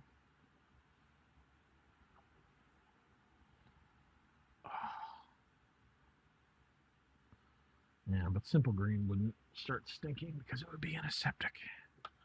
All right, so we're going to use that. This urethane sounds nicely liquid.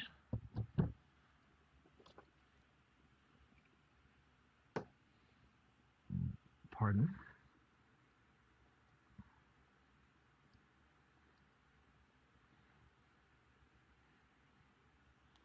We'll do half the tombstone.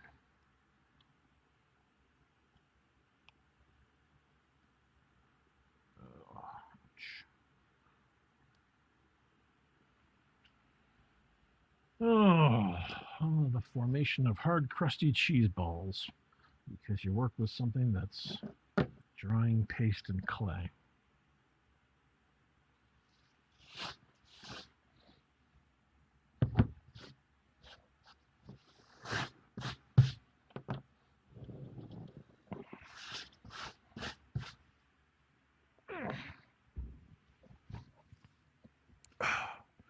Where is...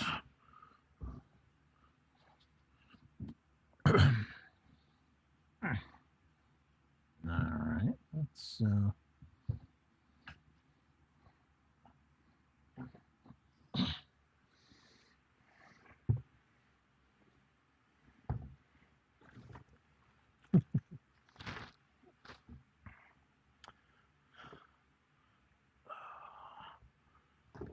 we need some more organization up here.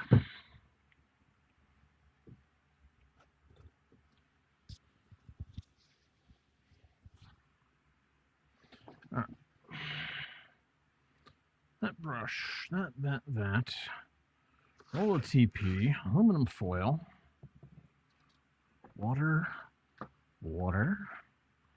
black paint, orange paint really should be over in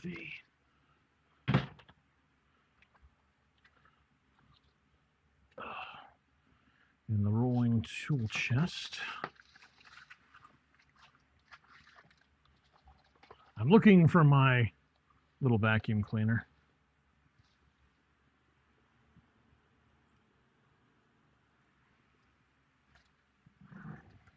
I'm very surprised that I'm not seeing it by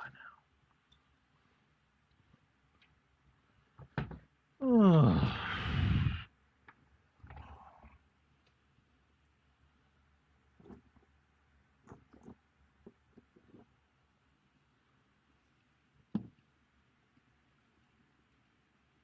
Where the hell did it go? There's Only so many places I can put stuff where it's hidden from view, damn it. That was a little rubber foot. That doesn't come off. Or it shouldn't come off.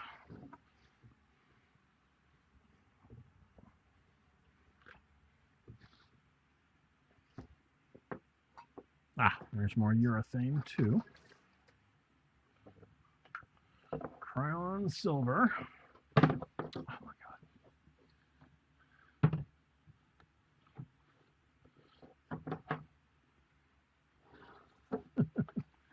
Somebody get me the opposite of an interior decorator.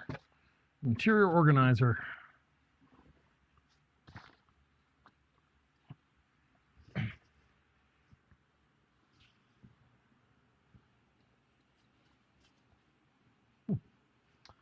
I am slightly miffed. That thing should be right here.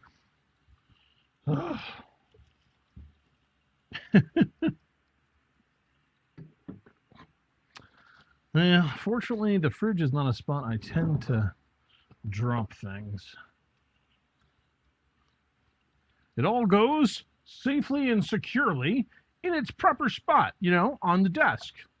Here, near me, on the desk, where I've been looking unsuccessfully for like 5 minutes trying to find the thing.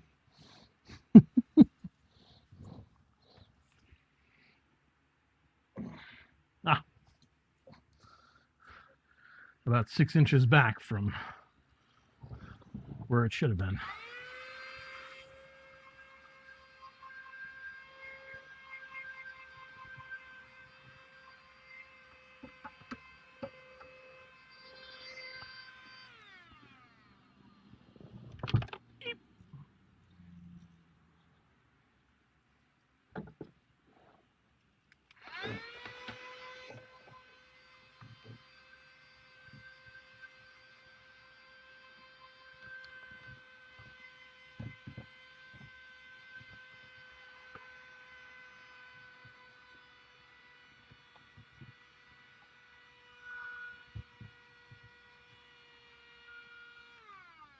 There we go.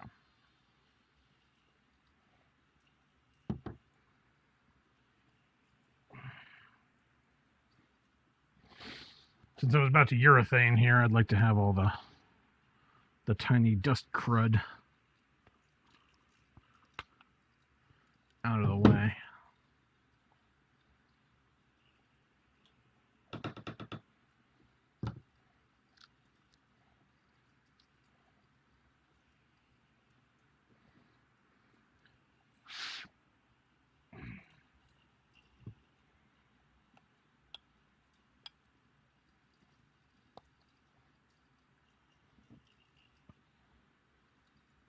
All right, now this time we're going to put it back exactly where it's supposed to be.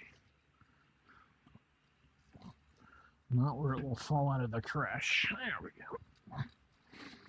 All right, paintbrushes have 50 seconds left. And then we'll get going.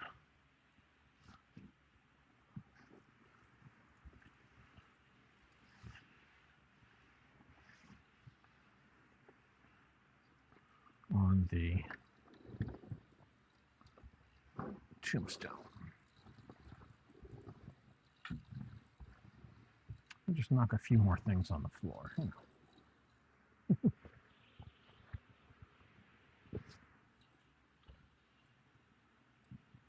For science.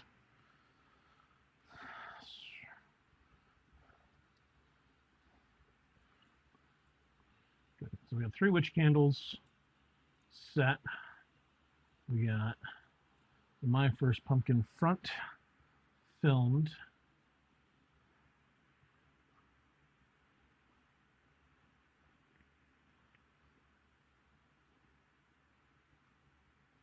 And then we just need to do stem, and then we'll break into the various effort levels. The main video will be low effort all the way to the end.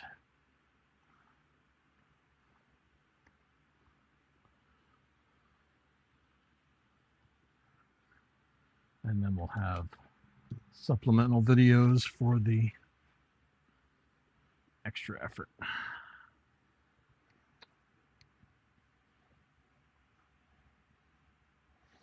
Okay.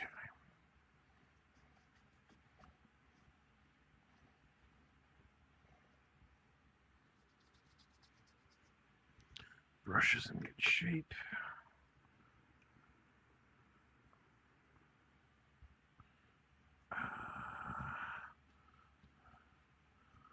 That brush is in good shape.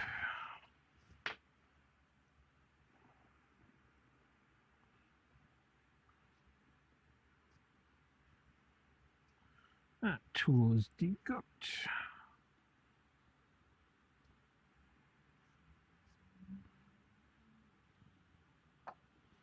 Right. All right. Now let's not even use one of those brushes.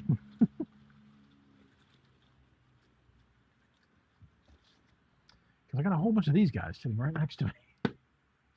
I think I'd much rather take the chance. Oh, fuzzy visitor. Sam, what's up? Come on.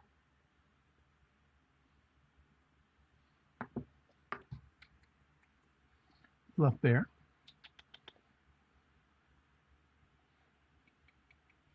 Come on. Don't just hide over there. Get your ass over here. Aw. Aw. Come on.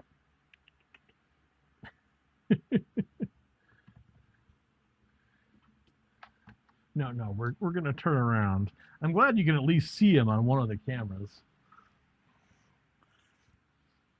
He's pulling a fuzzy. Yep. Nope. Yep. Nope. Yep. Nope. No. Yep. No. No. Fuzz breath. What's that?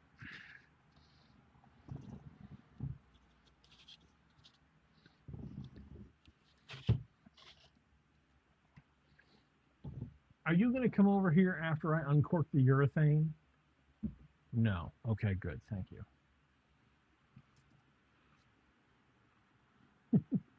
Really don't want you doing that.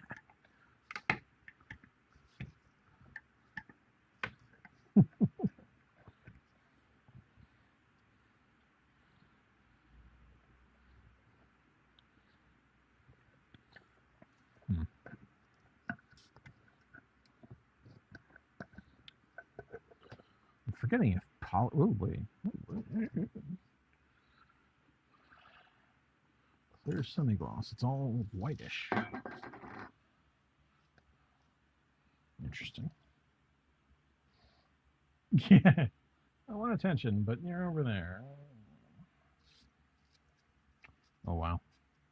I really should use a bristle brush.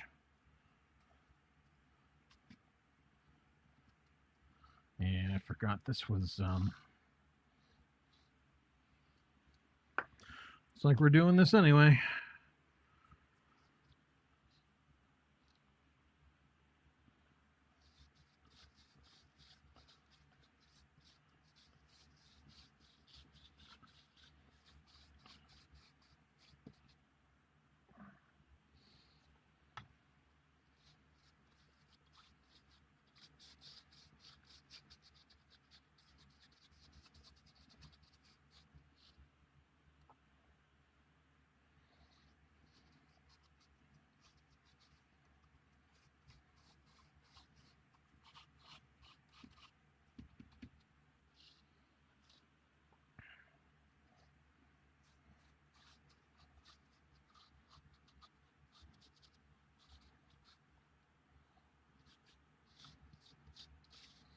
For some reason, it has completely skipped my mind that polyurethane does UV protection.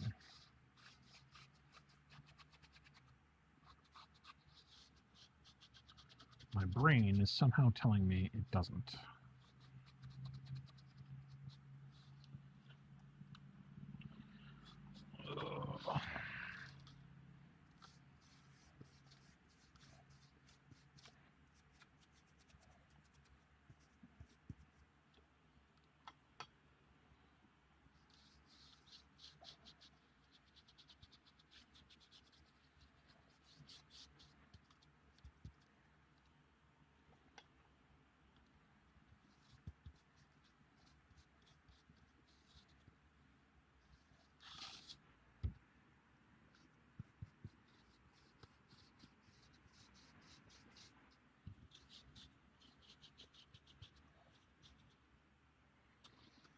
It does? Okay, good. My brain was like suddenly, it doesn't do UV. You need to do spar varnish too.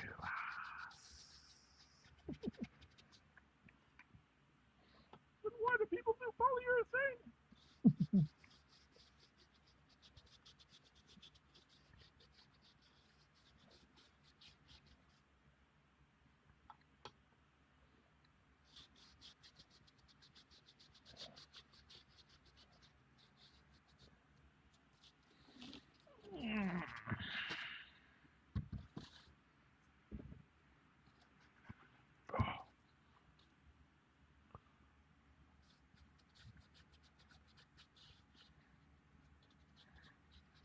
I mean, fortunately, it's a foam tombstone anyway, so water protection isn't really an issue.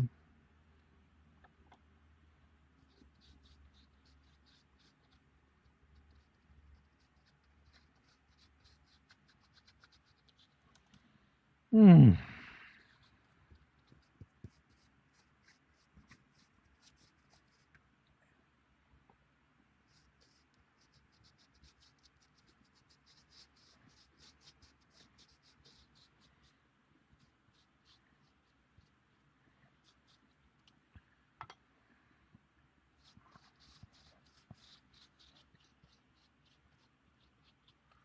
Wish I had some sort of giant sprayer to do projects like this.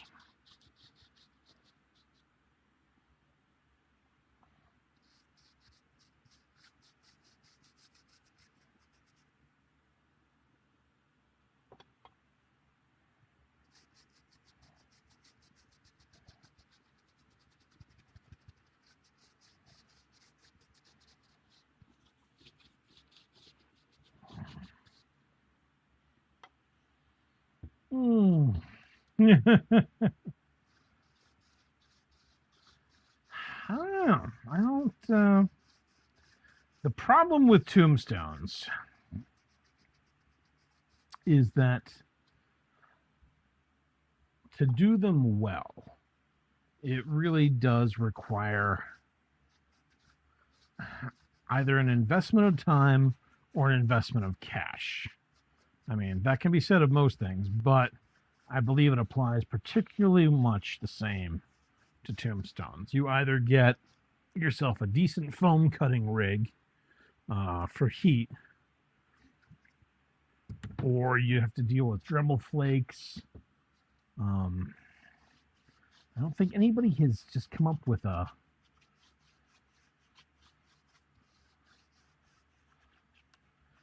like pumpkins are kind of nifty in that somebody can do a paper mache pumpkin and you can look at it and they can go, yep, that's paper mache. And the first thought is, no, there's no way that's paper mache, you know?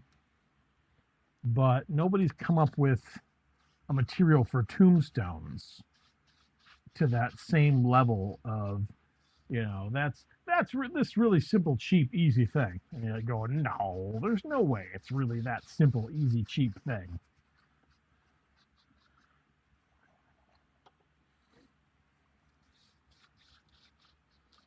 Yeah, I kind of shot myself in the foot on my tombstone video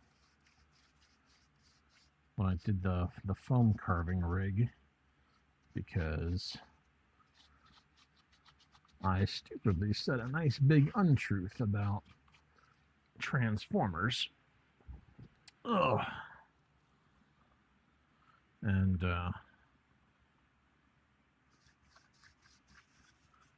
then YouTube pulled their little, like during the actual video, I used to have one of those little red caption things that would pop up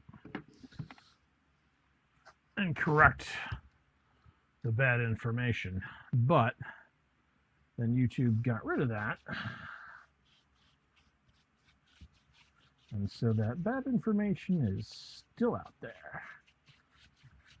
And I don't think I have the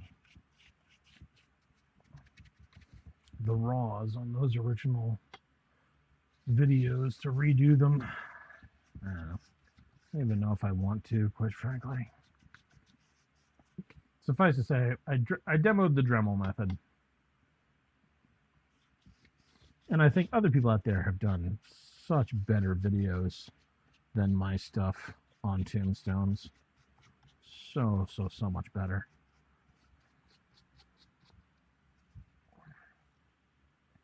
It's not my area of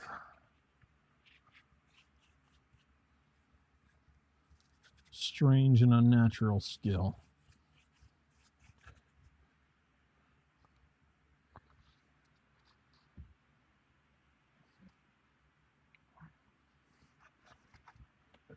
Pardon.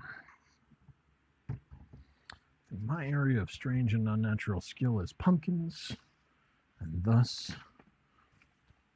it should remain. It's not even unnatural skill. Pumpkins are just so damned easy.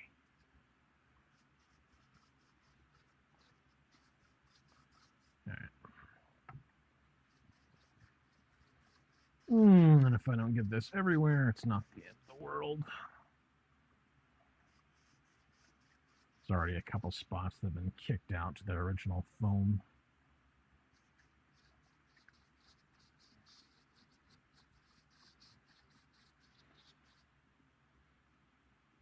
Or this sucker's gonna need touch-ups.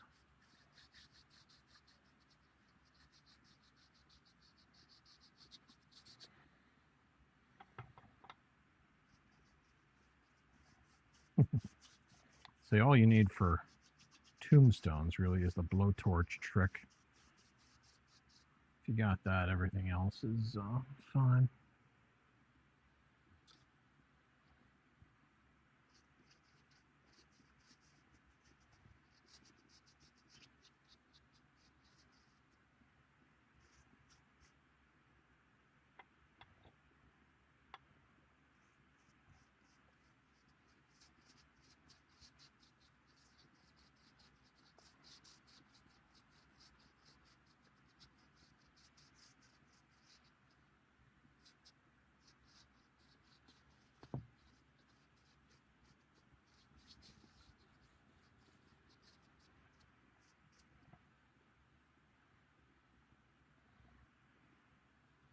Blowtorch trick equals done.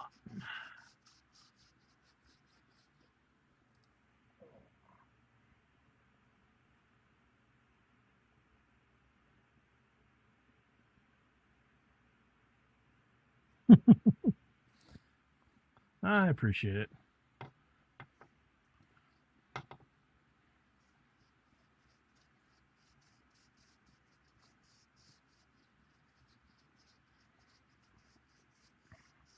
So yeah, Scott Stahl is he's got his studio, and he's very much diversified into a lot of the other stuff. He has a much greater variety of projects with his gargoyles and his zombie heads.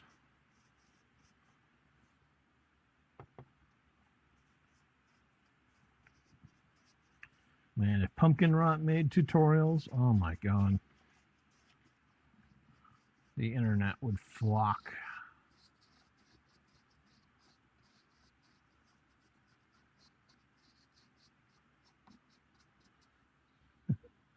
Pumpkin Rot's my Halloween hero, man. All time.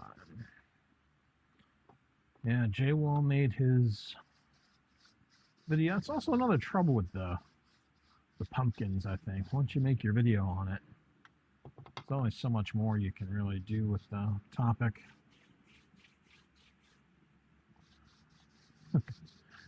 He said as he made 2 different series, version 1, version 2.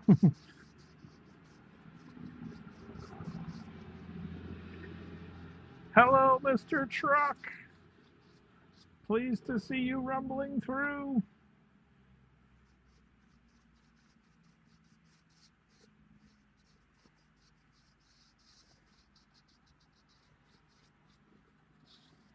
Okay.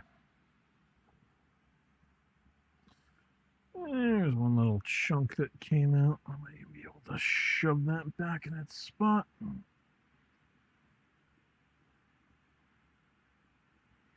Close enough.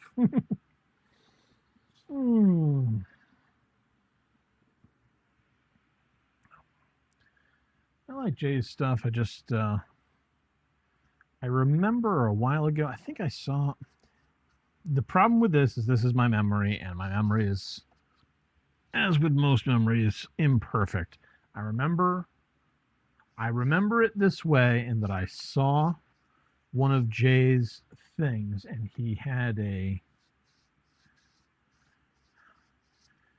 it was the vomity pumpkin with it was that webbing just behind the teeth that looked like pumpkin guts. And I remember being very impressed and asking for it. And I believe Jay at that point was trying to monetize things a little bit, in my opinion, too much with the Unhinged Productions as a business. Because he was offering certain things for a price. And that's fine as a creator. That's your prerogative. But to me, that was one of the things that kind of turned me off at the outset. It's like it's not like we discovered the cure for cancer or anything. It's fun craft skills.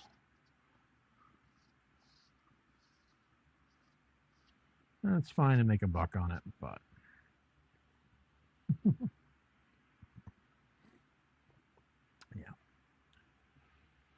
yeah. If I did a ton more projects and did the sort of thing Scott did, then it might be more so that way. But yeah, he had that theunhinged.com, and he was trying to monetize it, and that just tweaked me the wrong way initially. I think he's done a 180 since then. He's got good tutorials and everything, and again, I love his style. But that was the initial that kind of made me go, come on, man.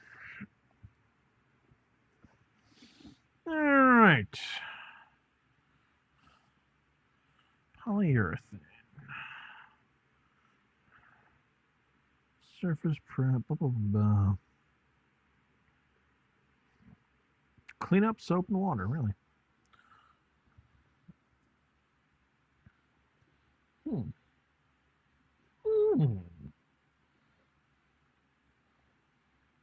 I thought this stuff was like paint thinner, but I guess not. I'll go run it through a disposable brush. Sorry, wasted you, my friend. All right, I think we have done everything that can be done for this evening without making up a bunch more clay and really rocking and rolling. And I got stuff to prep for tomorrow for Mom's visit. So good stuff. We will take ourselves a little break as I keep leaning over here. Good stuff.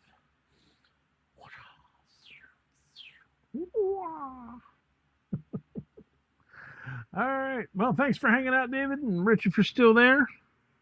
Anybody else who might be watching, I appreciate your time, effort, and all that fun stuff. So until next time, gang, take care, stay safe, and keep your pumpkins shining bright.